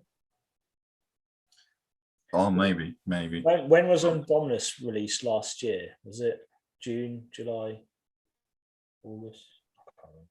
Like last year's a complete blur now, but yeah, I think that it's going to be mid-June, mid to late June. It will be. I was going to go second Saturday of June, so a couple of weeks' time. But you might well be right; it could be further out, like third. Yeah, week. I mean, from what I understand, they work in sort of like two weeks ahead. So the Sisters previewed tonight will be up for pre-order next Saturday and then released the following Saturday. So if we've only seen this box previewed yesterday, I think we've at least got a month to a month and a half. So my suspicion is pre-order second one of June, but we'll see what comes. They have, of course, tempted fate. If you remember, Indomitus, they've said almost exactly the same thing, almost exactly word for word. The box will be available while stocks last. We made lots. It's certainly won't be forever. This is almost exactly what they said about Indomitus. Yeah, I mean, like Middle Earth just commented in the chat saying, "Will orders for the new box be restricted?" My guess is yes, heavily, and that's including to your friendly local gaming store. Yeah, there'll be some kind of only able to order one per account or something like that, I would think. Yeah, I mean, from what I can understand is from Sarah's point of view, I'm not going to speak for her, but from what I understand is as soon as that preview came yesterday, well, you saw it in the WhatsApp group. It was just people straight away. Don't care when it comes out. Don't care how much it is. Put my name down on the pre-order list, kind of thing. So it's going to be another. So, do you think it says there? Okay, core book with full art cover is exclusive to this set, so you'll be able to get the core book in the future, but it won't be this one. It won't have that particular art. While the miniatures will be released separately in future. Okay. Do you think these look push fit? What do you think? Yeah, I mean, I think a lot of them are this new push fit. That they sort of seem to be going with Sigma. A lot of You know, a lot of them that I've encountered so far have all been push fit. So I think that's the route they're going down. So they will be push fit. They'll come at later releases, like a lot of the models from Indominus. It was 8 months, 9 months later. Yeah. Those models started coming. You know, I mean, it was what 2-3 months ago that we had the Pariah Nexus Kill Teams box, and it's only like, you know, last few weeks that we've got the heavy intercessors and flayed ones and stuff out of that box. So that's right. And if you think about some of the, well, if you think about the comparison with the 40k releases, you saw the limited edition box, then you saw, in some cases, the release of the push fit version, and then you saw the release of the multi-part version. yeah. So it'll be interesting to see if this goes the same tread.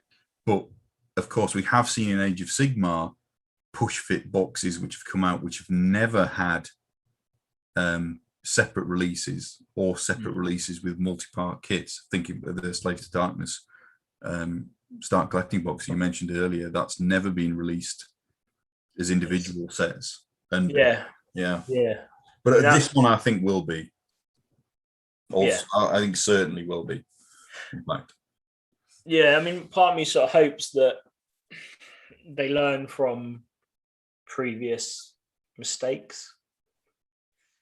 That, you know, they'll sort of go, okay, well, you know, rather than selling the multi-part kits, the push fit kits are going to sell just as well. That's, you know, and you're not having to reprint, rechange, like presses, dies, whatever they are, and, you know, continue on. They can just keep churning out the same models that they did for that box. Yeah, I mean, I agree. I hope they don't make some of the similar mistakes they made with 40k, partly in terms of availability and the way they hyped it, which they're going to do, let's be honest. But also, if you think about the Death Guard, for example, there was a period where you simply couldn't buy from GW some of the Death Guard character models because they discontinued the boxes which they were available in. Yeah, I mean, they're doing the big swap over of boxes to make them the sort of current scheme. So it's like, you know, even the old, I picked up, the other day, the box of the old Vanguard veterans, and they're sort of in the updated 9th edition scheme. So, yeah, I mean, so you'll see like different lines or different select models disappear and then get re-released as such. I mean, some are just disappearing completely, but yeah, some are just they'll disappear for a week, 2 weeks, and then reappear with boxing. But I mean, part of that is COVID and possibly Brexit as well, and scarcity. It's part of it is also. I mean, the Death Guard thing, for example, is bad planning. That seems to be what that is. It's an interesting choice to put things in the in that kind of limited edition box. Oh, sorry, not limited edition. To be fair, box that is then discontinued and then not then carried over. So there were gaps in the line. It's a strange position for them to get themselves in. Yeah. It's just it's very, like you said, very strange decision making. So sum up. Really, I'll give my take, and then you can tell me why I'm wrong. Really good start collecting box. Agree with that. I think in terms of if you're targeting this to somebody new to the hobby, I think they picked a really good approach. In terms of the factions they put in there, and also the design area that they're working in. Angels and classical super hoplite super men and women is probably a good space, and classic evil goblins, you know, they're both winners, I would say. Price point, we've got some debate. somewhere between 125 and 150. Yeah, I mean, I think 150 is pushing it. I think that's too high. I've staked my 135. I'm pretty confident actually. Yeah, I mean, I think the only thing which is past the sort of 125-ish barrier at the minute is Necromunda, which I think was the Necromunda box was quite high, the large box. But yeah, 135, 125, I'd say around there. Yeah. Great box. It's going to be limited. They've said they've made loads. Whether they have or they haven't, I mean, shaking your head, I agree with you. Well, yeah, just hit that refresh button. yeah. I mean, it's going to be a case of. Do you know what? It's going to be a case of go to your friendly local gaming store, I think, because it seems to be like there was that mad rush over Indominus, like everyone wanted it. Local stores overordered to sort of pick up the hype, whatever else, and you still see photographs now of like local gaming stores having boxes of Indominus sat on the shelf since last year because they haven't been able to shift them. So. Yeah. I get that, but in terms of that initial push, I think there are going to be people that come out of that weekend not entirely, a bit disappointed. But of course, remember that for every person who buys this, there'll be some who want both factions, and there'll be some who only want one of them, and that might be your chance if you've got to look around, find a buddy gaming club. Yeah, that's it. Check local clubs, local Facebook groups, local gaming groups. Like, just put it out there, because if you want half a box, there's going to be always someone who wants the other half, and if you go half and half with someone, then you both get what you want. Yeah, I mean, there's a bit of an issue with the who gets the core book and whatever else, but you can figure that out. I mean, yeah. The point that I would make is just as with the Indomitus, as you say,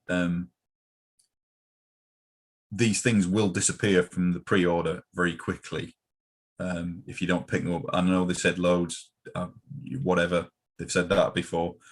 But if you hunt around, you can find them. Like, definitely. You hunt around. I don't know if this is still true of Cursed City, but certainly after people were wailing and gnashing, tearing their hair out in the streets, you could still find copies if you searched. So give it a go. It's funny. Like Ricky just said in the chat, he was just like, loads can be loads though, but still not enough. And it seems like it, but there's always going to be that store out there which has one or two copies sat, so it's worth having a hunt around. Cursed City, I had a whole the whole sort of debacle I had with Cursed City, but I ended up managing to pick up a copy because a store localish to me ended up having some spare copies. Yeah. And both you and I ended up in that boat. We both managed to get copies after the big rush, and also the reveal that actually that was it. There weren't any. You and I still managed to get copies after a bit of researching and hunting and chasing. Yeah. So, but it's but again, it's local gaming stores which you need to support and absolutely persevere, but equally not the end of the world. Trade with a friend. Look on, your trading websites or whatever, and through your game club can be done. Well, yeah. What's next then? What have we got on the docket? Well, we've done the Sigma. We've done all of these now. We've done all the releases and upcoming bits. I mean, we can have a quick chat about Crusade. Peter's already on it. He says Crusade. Oh, yeah. So You take directions from the boss, of course. yeah, He If pays you- the wages. if he doesn't even pay for my beer. It's true. I mean, he couldn't afford it, but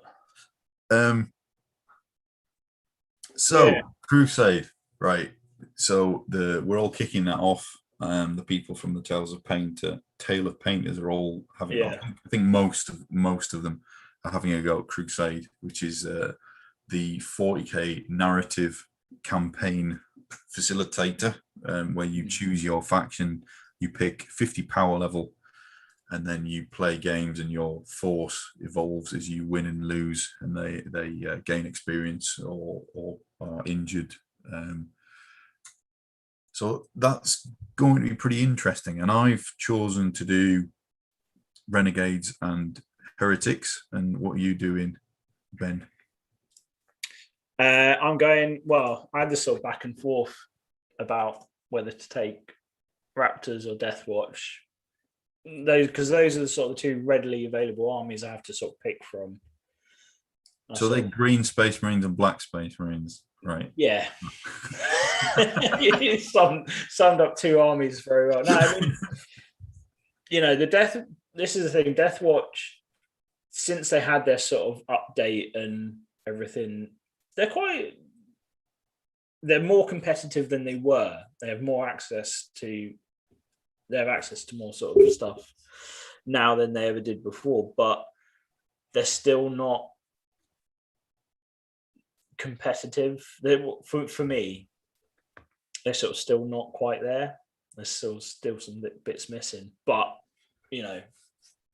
my other force choice is Raptors, and also end up going with Raptors. But then got a little bit sidetracked when Topper said that he was going to come in and play all Knights. So then it became a sort of fact of like, I want to build a list to destroy Knights. You'll be there'll be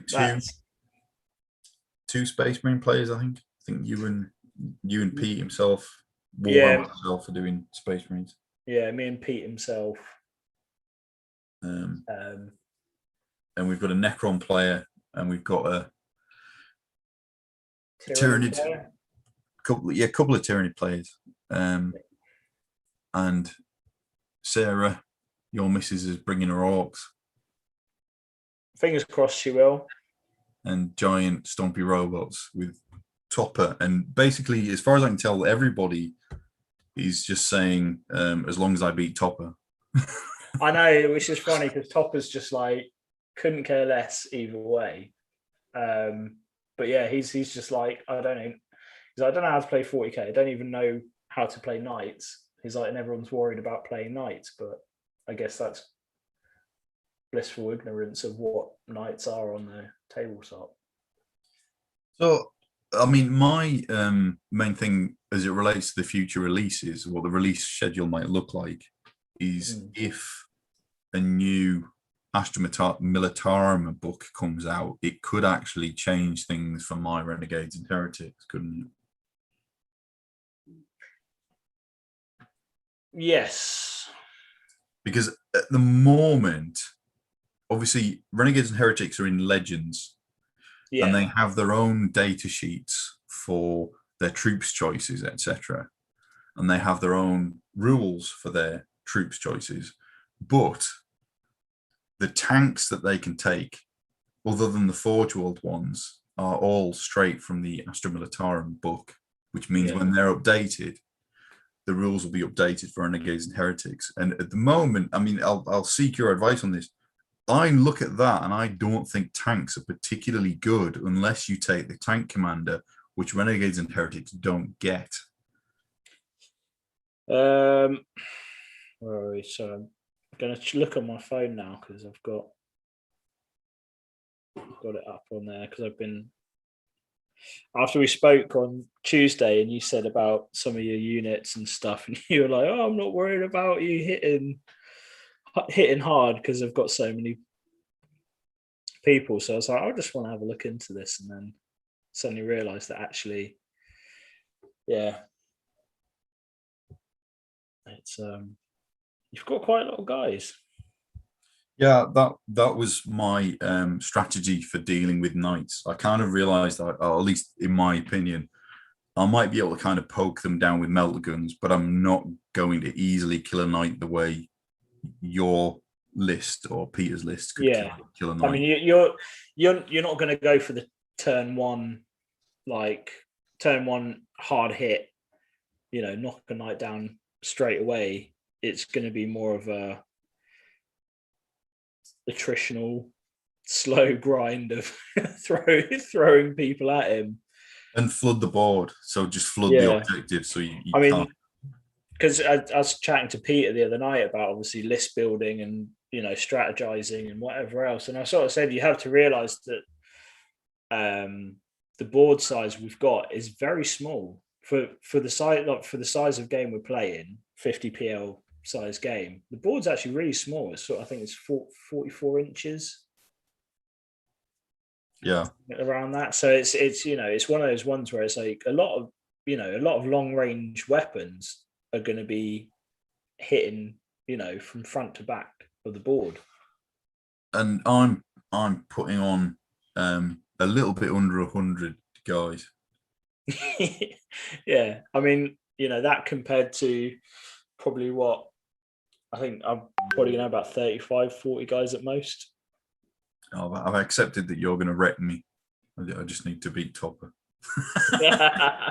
Well, this is my thing. So this is what, sort of like what I just wanted to start doing on some of these paints in a pint now, is getting a few people on and chatting about lists, and obviously their ideas of how their list is going to play. Because until you sort of obviously play, you can have a sort of rough idea. But sort of going from what I've seen of your list and sort of what I can get from looking at squads and everything. I mean, I reckon if you throw a few sort of militia squads or cultists or anything like that,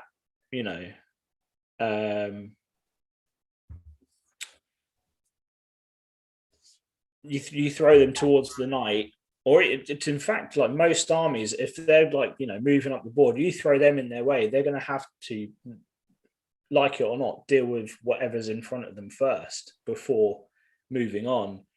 So you put all your sort of heavy hitters towards the back field, where one, they've got the range to hit anything down the field, just plinking away round after round. It is gonna wear down pretty much any list. Yeah, I don't really have that many heavy hitters in the list at the moment. I've got some mortars, which are not heavy hitters, and a heavy mortar, which will do a little bit of work and is indirect, so it doesn't have to be in line of sight. Yeah. My main thing is, again, it's flood the board, because if you're not familiar with renegades and heretics, one of the main things that they get is when they're charged or they charge, they get +1 strength, and you can give them brutal close combat weapons to give them extra attacks and various other things. Yeah. So they can sort of do like a big swarm attack. It's not brilliant, I'm going to be honest. Like I do think you are handicapping yourself a bit by not just playing straight guard, because you get more, I think, out of the guard book than you do out of the Renegades and Heretics book. But it's a really interesting, army. Yeah. It'll be interesting to see how it goes. But I'm looking forward to the new guard book coming out, because I do have quite a few tanks, but at the moment, none in the list. None in the list. Yeah, I mean, it could be something like, I think tanks could be something to look at.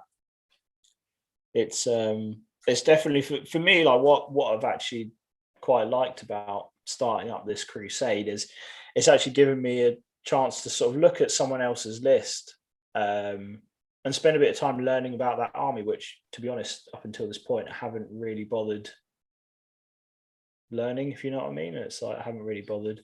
Yeah.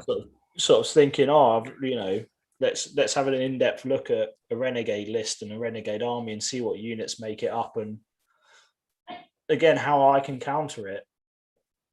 Yeah, I'm much more au fait with the Age of Sigmar factions than I am with the 40k factions. I didn't play very much in 8th, and I haven't played in 9th at all yet. So whilst I kind of know what you do conceptually, I've never played against it, and I've never seen it played, at least in 9th. Yeah. Yeah. I mean, it's not something that you see on any bat rep on YouTube or a sort of like any GT tournament, whatever. That, you know, that list. But You'll start seeing them in Tale of Painters soon. I've finished my first half a squad anyway. yeah, I've seen those first 5. I was just sort of, I wasn't ignoring it. I was just sort of reserving comment till this evening because I thought have a little sort of chat about them this evening because there's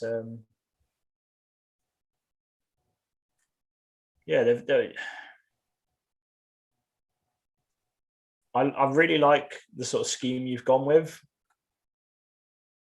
There's only one thing where I was a bit sort of like unsure about it, and that was the boots on them. Oh, the boots. Okay.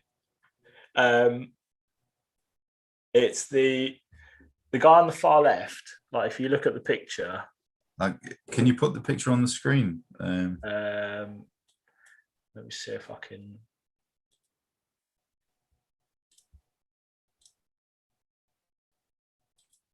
All right, can you see the screen now?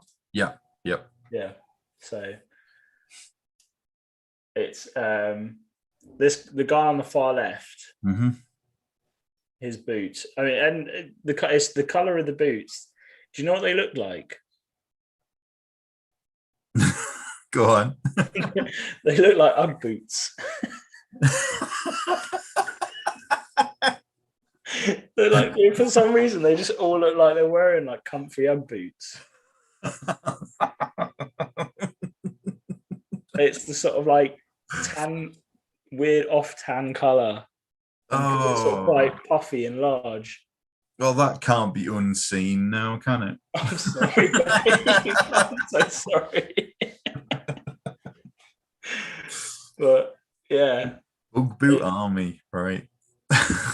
Yeah. So I'm like that was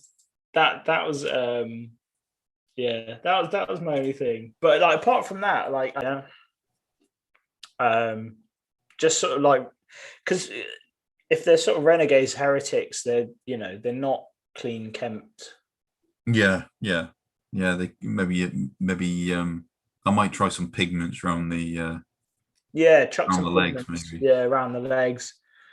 Like just mix up a black oil wash, like, and chuck it over, and just sort of let it sit. But I love the eyes. Absolutely love the eyes. They're sort of glowing, sort of like glowing eyes. Yeah, I had to. Really creepy. Like I think if everything else was so muted down and washed down, and then you had these sort of weird glowing eyes, they'd just be in large numbers. They'd be really weird. Well, that's what there's going to be. There's going to be large numbers. Yeah. Well, that's and I've got some different bits and bobs that I used in building them. So I used some Gene Stealer bits. I used some Space Marine bits. I used some guard bits. Just to try and give them a bit of variety. But I had to pick a scheme that I could do like relatively quickly. Like I can't pick a scheme that's going to be like, like the way I might paint a Chaos Knight for Age of Sigmar, for example. Like I couldn't, think about doing 100 of those. My goodness. Yeah. Yeah, that is definitely it's you want something quite easy to work through, Yeah, like batch painting. Well, thanks. I'll try some pigments, and I might try a cheeky Oil wash. like a dark brown, maybe something. Yeah, like dark brown, black sort of oil wash on it.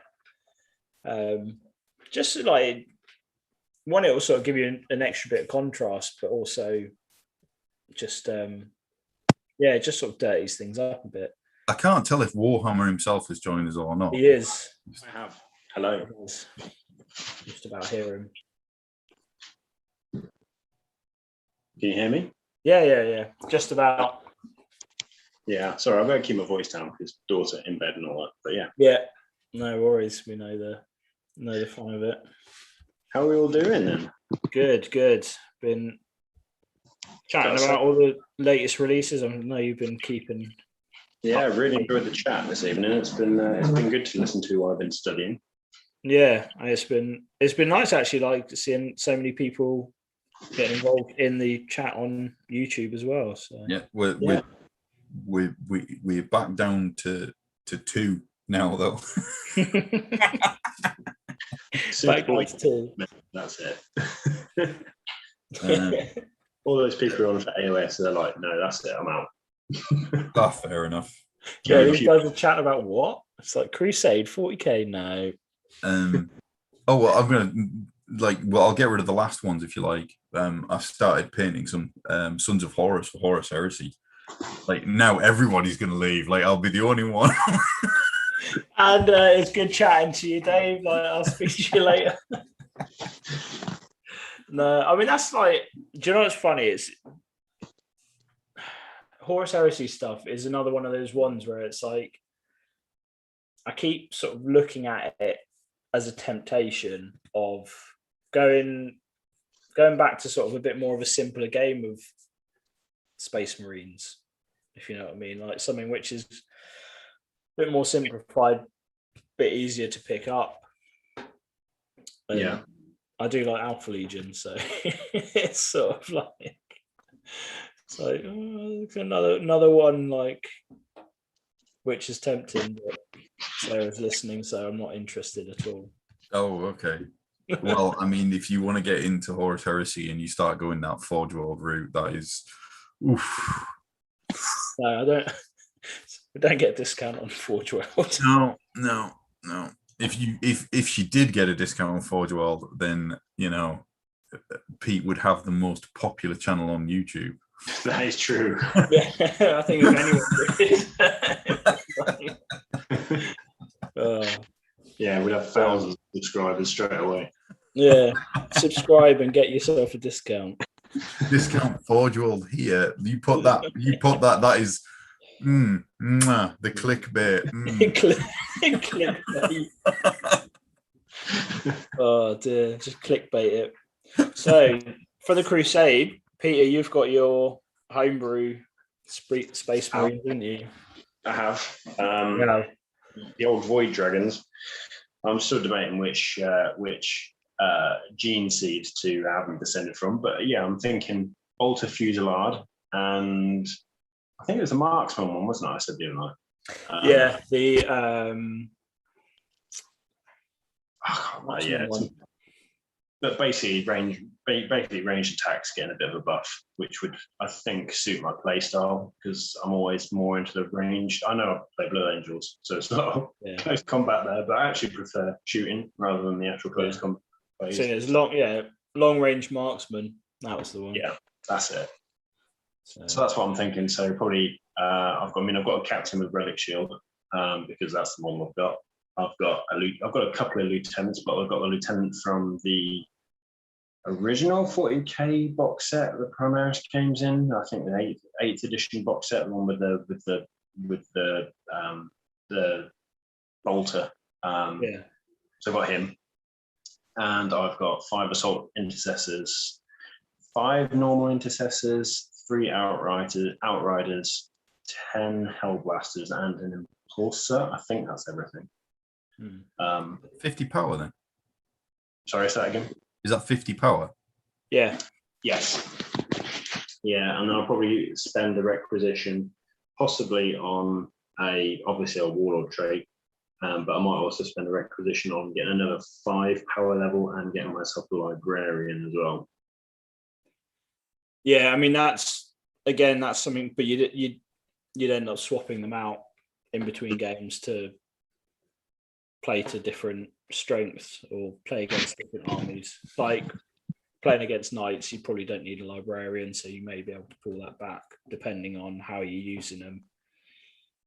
But yeah, I mean, we had the discussion the other night about, obviously you go from, well, I mean, sort of similar to what Dave as well was saying, like, you go from fighting an army which is very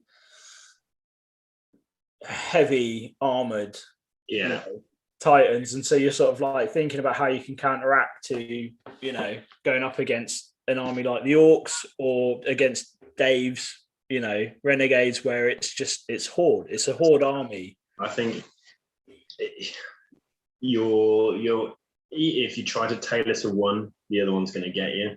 But then also on the other side of that, even if you try and do a balanced list, you're not going to be effective at either, I don't think.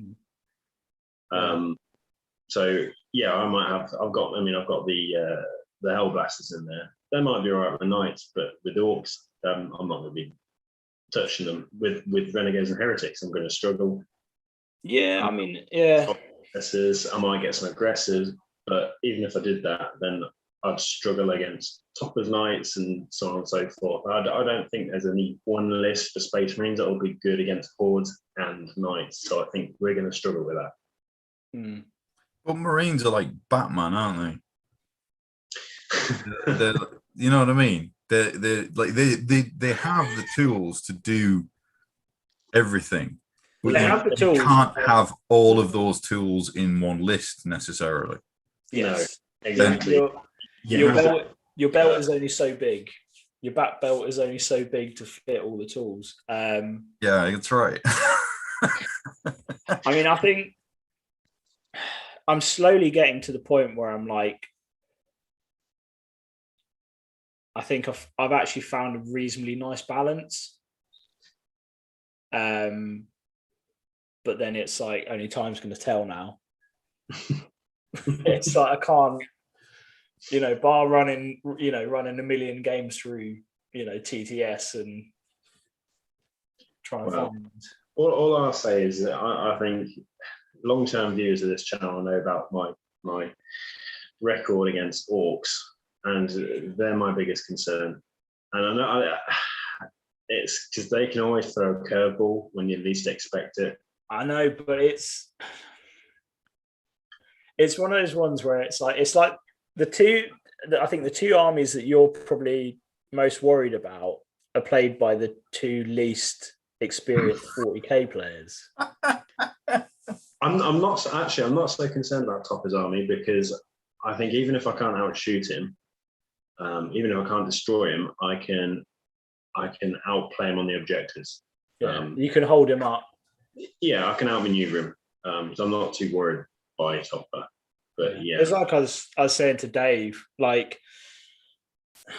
if he positions some of his units in a certain way, if he's got a squad of 20 guys sat in front of his main knight in the corner of a board, that main knight's just never going to go anywhere, like until he's dealt with that issue. Yeah. And if he's dealt with that issue by turn 3, turn 4, all that time Dave's been racking up points elsewhere. Yeah, I can afford, if I can get them there, but it is a smaller board, I can afford to put a lot of different rows of speed bumps in the way. Oh, definitely. All my guys are cheap. I mean, Garden Renegades probably be excellent at that. Having those waves of men is just horrible to fight against. I mean, they've got 6-inch movement, but I mean, you could start them right on the edge of your deployment zone and just walk, move them up as far as you can.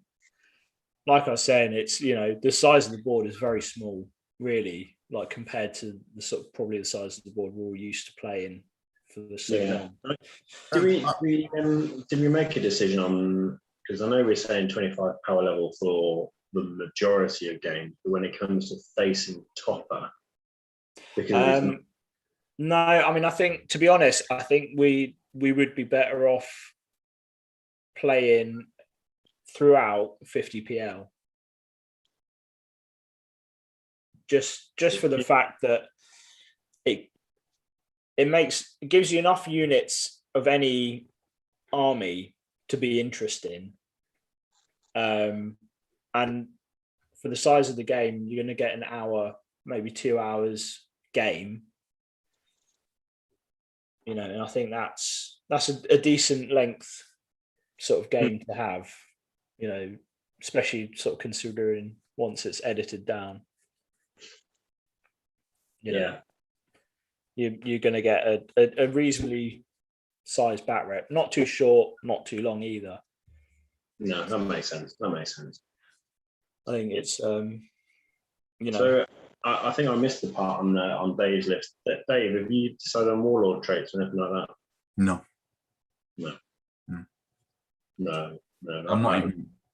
I'm not even particularly concerned about that at the moment until I've got the list finalized and some more figs painted. At the moment, I've not even decided whether the warlord will be the malefic lord, so the psyker, or the I can't remember what they call him, the Imperial Guard commander equivalent.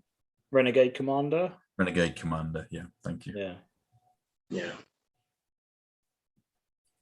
I mean, it's just insane. Like, because I'm looking at your sort of codex thing now. I'm just like going from like looking at Space Marines to this. It's like your commander's 2 power level. It's like mine's 8, and that's being quite conservative. But your commander does things. Yeah, I mean, to be to be fair, my commander actually is designed to take down a knight turn 1 and 2 kind of thing. But it's it's just it is learning someone else's army, having a look at stuff, and you just like, yeah, the commander's really there. Like the commander in my faction is 1 there because you have to have 1. Yeah. And 2 there just to support the other dudes. He doesn't, like, he's pretty worthless. Like his stats wise, he doesn't do very much. He's really there just to support your blobs of dudes. But I mean, it's like the thing is though, it's like some of the abilities he's got is quite reasonably well. I mean, like, you know, it's like Master Witch. This model is a 4+ invulnerable save. A 4+ invulnerable save isn't anything to be sort of sniffed at. I mean, that's, you know, that is a sort of half decent, you know. And then it's like, if this model suffers perils of the warp and is not destroyed, you know, weapon skill characteristic is changed to 2+, strength characteristics changed to 8, attack characteristic changed to 5. So it's like, you know, I mean, it's pretty bonkers. Yeah, he's already wounded at that point, though, isn't he? Remember that. Yeah, I mean, he's wounded, but he's sort of gone berserk. It's almost like the D&D's berserker. Like, yeah, because he's possessed. That's why. Yeah, he's become possessed. I love it. Like, AP characteristic of bare hands has gone to AP -2. It's just like, it's like bare hands gone to AP -2. Like, it's like the aggressor doesn't even have that. It's just like, it's funny. I mean, that is a very, very specific set. So you failed your psychic test, perils, not died, and then you've become that, and then not being killed, and then got in combat. And, you know, there's a lot that has to happen. Yeah, I mean, but you'd be surprised how much it comes up. This is a funny thing. It's sort of like, you say, "Oh, this is never going to happen," and suddenly, you know, when it does, then it does. It's like, never take a librarian until you go up against a bunch of Grey Knights who smite spam you off the board, and then you're like, well, I'm going to take a librarian from now on. That's why that's why I chucked the Malefic Lord in there. Because just to give myself those options, and also because when I did play in 8th, I played Word Bearers, Chaos Marines. Yeah. And when I did play against Knights, I found that the Chaos Sorcerer, I can't remember what the ability was called, but he had an ability which actually improved my heavy weapons teams quite a bit. Yeah. I mean, it's like in my list, my Raptors list for the Crusade, I have a librarian. One, obviously, to take up any sort of any psychic tests, anything like that. But he is literally there to make my eradicators stronger. To make them more durable. That's pretty much one of the only reasons he's there. Yeah. So someone may say, okay, well, it's 5 PL misspent, but when one of your main squads is the eradicators and there's 6 of them on the board, then you want to keep them alive for as long as possible because they put out a hell of a lot of damage. Yeah. So it's I mean, it's little things like that. It's working out synergies between the units that you're putting on the board as well. And I think I might have decided on my Warlord trait now. okay. So I think I'm going to go for Storm of Fire. So while any friendly core units are within 6 inches of the Warlord, each time a model in that unit makes a ranged attack on an unmodified wound roll of 6, improve the armor penetration characteristic of the attack by 1, which doesn't really have an effect on Dave or Sarah's armies, but on ones like yourself or Topper, that's a bit of a benefit. Yeah, anything which is heavily armored. Then. Yeah. Might help you against the Necrons as well, or at least some of the Necron stuff. Yeah. Again, that's another thing. Like that one army which I haven't even given a thought to, but could be a pain on the backside. I have actually played Aaron's Necrons. Yeah, and it was a very, very close game. And you had those Cryptex. Is it Cryptek Guard? Yeah. They're nasty pieces of work. They were horrible. I spent the whole game trying to kill them. I had to give up in the end. Yeah, because you've got all these like reanimation protocols and stuff like that, where it's just they can just keep. Yeah. So I mean, but again, it's like part of me is like, well, my army's pretty much like one big melter, so I'm like, it's gonna chew through a lot of stuff. So and it's as well, a lot of the guys are either fast moving or heavily armored, so it could. Yeah. Well, hopefully we can. I mean, I've still got some way to go. I've only painted up. What have I painted up? Captain, Captain, Lieutenant, and 5 Hellblasters. So I've got a long way to go. Oh yeah, no, I mean, I've I don't know if you can see him there. Oh yeah. That's the Raptors captain jump. About the wings on his back. Yeah, smash captain. Nice. He's I mean, it just. Do you know what? It's so funny. It's sort of like I went down a bit of a rabbit hole with like smash captains, slash captains, which one's which, and then it's like I sort of like settled on it, started going down that rabbit hole, and then suddenly it was like he's chapter master with a jump pack, power sword, storm shield. He's got the burning blade, Imperium sword. But it's just like the actual reading of it is just, I don't know if you can see that one. but I'll WhatsApp you later. It's just like absolutely sore. But the Burning Blade is like strength +3, AP -5. Oh my god. And then he's got like two 4-up invulnerable saves. One obviously from being like having the Iron Halo. And he's also got the Storm Shield. And then obviously like anyone around him is going to have rerolls. And so that's why he's got the jump pack. He's going to jump pack with the Vanguard veterans who are all rocking Thunderhammers, Storm Shields. It's, yeah. But it's just one of those ones where I was just like, have I gone too far into this? Like, Oh, we're losing Ricky.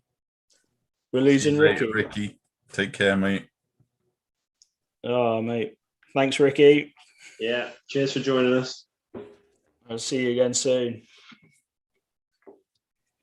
Wow. But yeah, so it is. How many requisition points is he? Because you only get 5 to start with, so 8. How are you going to do that then? Oh, I know. He's 8 PL. Oh, right. Okay. 8 PL is not requisition points, but he's 8 PL. And the thing is like I've used the Indominus Captain as a sort of model for it. Yeah. But he is just a standard Space Marine.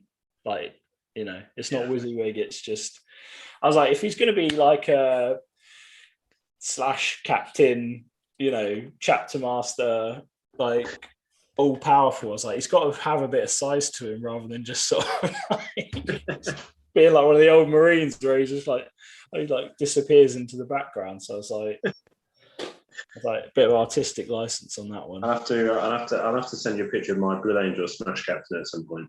Yeah, like, I love them. Like, they are funny. Liam You're hates not going down that road. Sorry. What's that? Are you not going down that road, Peter, of having like a?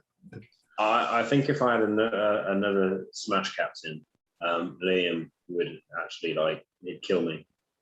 I'm avoiding that. I'm going very so the list is going to be very fluff driven rather than kind of game driven. It's kind of the whole premise behind the Void Dragon is a brand new chapter. They've not even seen combat yet as a chapter themselves, and that they're just kind of throwing their units together to just kind of take part in this crusade and just see what happens. And then, you know, if things evolve and he becomes a Smash Captain, then maybe over time that might happen, but we'll see. Yeah. No, I mean, I started with the like Raptors, fluffy, like very like lore sort of like focus list where it's like Raptors are the sneaky guys. They're sort of like descended from Raven Guard, so they're sort of like stealthy. So I was like all Phobos, like, you know, they as a chapter they sort of like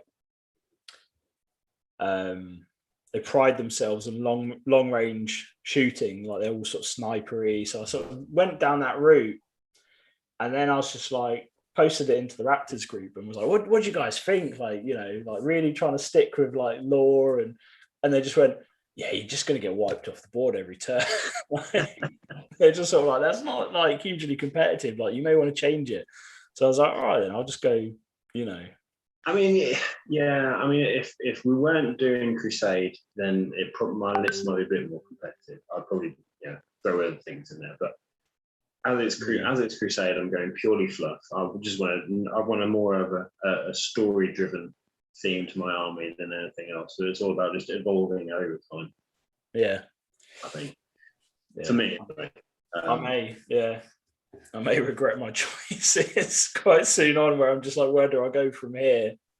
But it's just like, it's probably going to end up being spent all on like requisition points to like add new characters, like, adding new units. I'll be like, all right, this week I'm going to be running some new guys. Well, I was just looking at my battle scribe list the other day, and I realised it was at 48 power level out of 50. So what can I get for 2 power level? I was thinking, what am I doing? What am I doing? Yeah. I don't need to spend it all. So what can I add? It would be a servitor, so there's no point. Yeah. Yeah, what's he gonna do? Just sort of like wander around in circles. Yeah. I have a confession to make in relation to this as well. Have you got a servitor? Eh? Have you got a servitor? No, I am the sucker, the one in the world that bought the book. I bought the little crappy handbook thing. What handbook? Yeah. Oh, the Crusade handbook. Yeah. This one. That one. Yep. Yeah. Do you know what's really funny is like when Indominus hit and they started doing all this stuff, and I just went meh. I think Sarah even asked me at one point. She was like, "Do you want this? Do you want me to get you one?" And I went, "Nah." And now I'm a bit like, "It'd be quite Wish nice." I'd got it. Yeah, wish I got it. I think they still do it. I think Yeah, they're still available. Yeah. Mhm. It's that uncertainty now, though, isn't it? Like what's available, what's not. It's tempting. But then there are apps on iStore and Android that you can get for it. So Yeah, I mean it's even Goonhammer. He sort of put up a link to like a PDF type sheet. Where it sort of does it all for you on there. But it's it's like for me, I want to I do want to start seeing other people's lists, and I know Ben's posted his one in there now. Well, he posted it in quite a while ago, the Tyrannid list, but I need to have a look at it. Have a look at those units.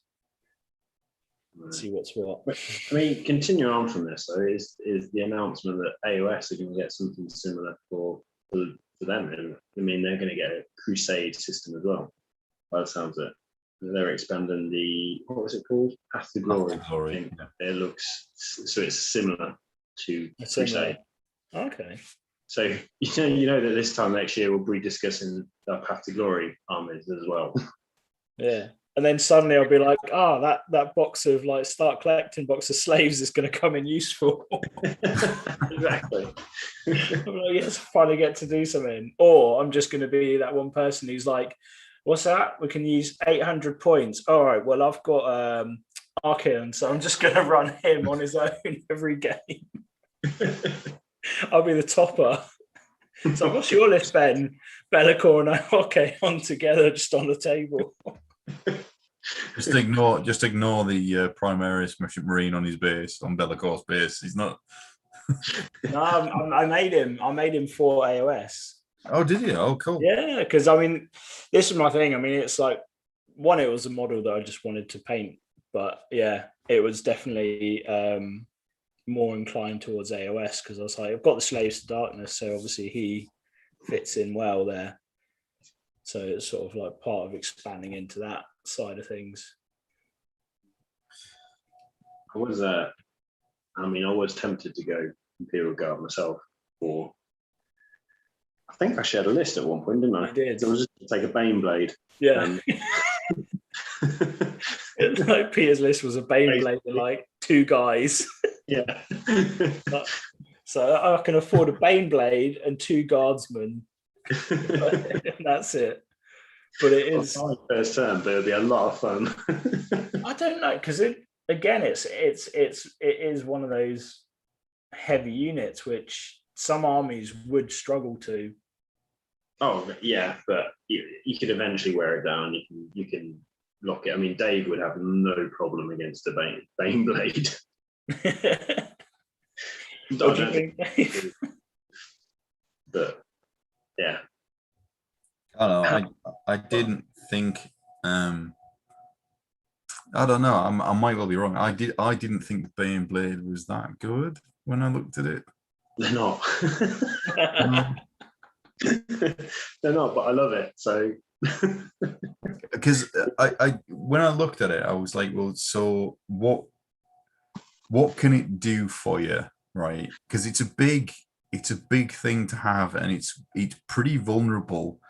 And I had to say, like, I thought if I was going to take a big thing like that, I would take a Knight rather than the Baneblade. Well, it depends what you surround it with. I mean, if you've got 200 Imperial Guard and a ton of Leman Russes, then you'd probably be all right taking a Baneblade or two. But yeah, I mean, you probably more likely take a Knight or something, I suppose. And you don't have that at 50 power level. Like, you don't have the option to have, like, as Ben was saying, like, your list is a Baneblade with a couple of other things. It's Yeah, you know. Yeah. It's I'm just trying to find War Scroll now. yeah. I mean, it's funny. I mean, it's one of those.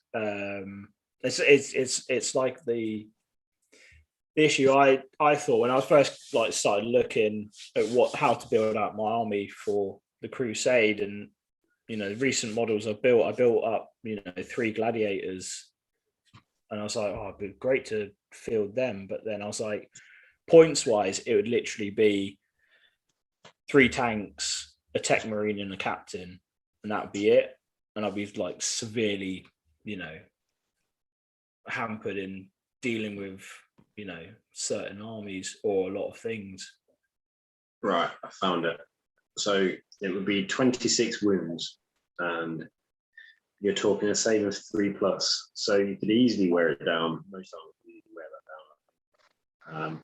And it's also tiered. So once you get down to 14 wounds or something, and its movement reduces, its BS reduces, its attacks reduce, so on and so forth. Yeah, it's not got much going for it, but it's a lot of fun. I mean, there's a lot of weapons to fire on that thing. So that was the only reason I wanted to take it. Yeah, I mean, yeah, it's Baneblade cannon, heavy 3d6, strength 9, -3 AP, 3 damage. That would be all right. Yeah, Topper wouldn't like that. Topper wouldn't like that. And then I just would have, to be honest, just sat, waited, and then dropped the Vanguard veterans and chapter master on it. Yeah, and that's the thing, because those smash captains are excellent. Liam takes a Gorkanaut quite a lot, and I use a smash captain a lot against him, which is why he hates me. But I have the smash captain going to the Gorkanaut, and you do half the runes. But then the Blood Angels in 8th edition had a stratagem where you could attack again with your captain. So I just played that stratagem and had him attack again, and usually wiped out the Gargant. And he hated it, absolutely hated it. Yeah. He needs to be more of a knob and stop bringing his Gorkanaut and just bring more orcs and be like, well done, you've killed some orcs there. There's some more. Some more. How many can you kill? I mean, he had a lot of orcs, and I couldn't deal with the normal boys, but his armor I could deal with. But I mean, it's it's I sort of have rough ideas of what I want to do with my list when it comes to playing. It's like I can set up people in reserves, people like anyone with a jump pack can do death from above, so they're sort of already set up above the table like as such. The attack bikes have a decent enough movement on them to move up quite quickly, like across the board. And then the only thing which is sort of going back and forth on at the minute is heavy intercessors and intercessors. Like at the minute, I've got a squad of each, but then it's like, I think that should be all right. Heavy intercessors can take the backfield, just sit in camp. Intercessors are a bit, can move a bit better, but as well have more of a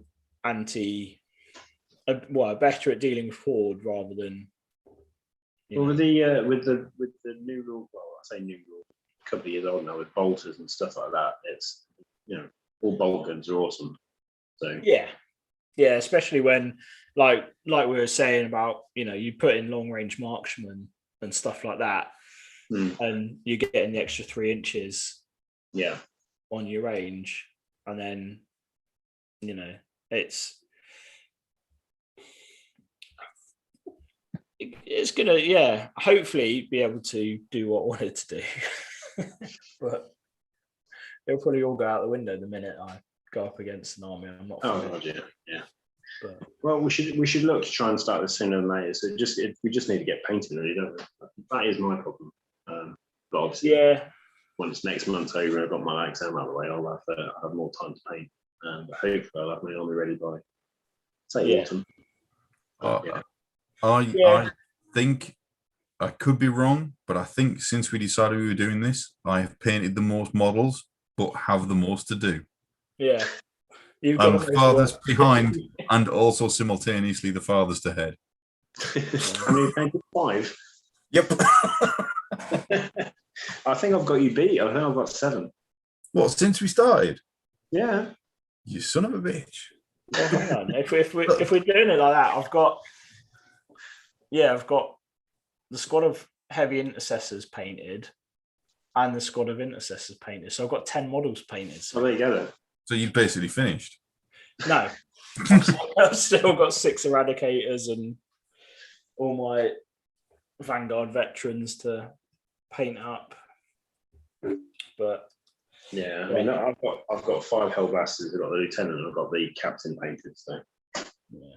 Right, I'm afraid I must love you and leave you. Yeah, I think we're probably good to call it a evening. well, it's been great. I've really enjoyed listening to you two chat earlier, and Yeah, that's great. at the end as well. So hope everybody else enjoyed it. Yeah. We can catch up tomorrow. Yeah. And then we'll see you Tuesday for Dances and Dragons. Yeah. I'm hoping I'll be around for Dungeons and Dragons on Tuesday. We'll have to see how it goes. Oh, come on. I want to hear that Scottish accent. See you. I was going to suggest, like, if you could do a Cockney accent, we could do like the Mitchell brothers. Like Mitchell brothers. My Cockney accent is terrible. That's fine. That's how you all sound to me anyway. All right, mate, apples and pears. All right, Peter. Okay. We're both from Yorkshire then. Up to road, it'd be fine. Up to road. Yeah, wouldn't be a problem, lad. Up Snorri. Right. Do you want a top tip? Right. Right. When people say like if you're from Yorkshire, you say up to road, right? We don't. Right. What people do is there's kind of a little pause up road. There's no actual verbalization. Top tip. It's bizarre. It's bizarre, isn't there? As well. Oh God, my uncle used to say on Ilkley Bartat or something. Oh yeah, the song. Yeah. Which for American listeners is on Inkley Moor without a hat. So yeah, that's which is even more English. Just remember, we won the Olympics. God. Right. On that note, good night, guys. Thanks for a great evening. Take care. Cheers. Speak again soon. See you guys. See ya.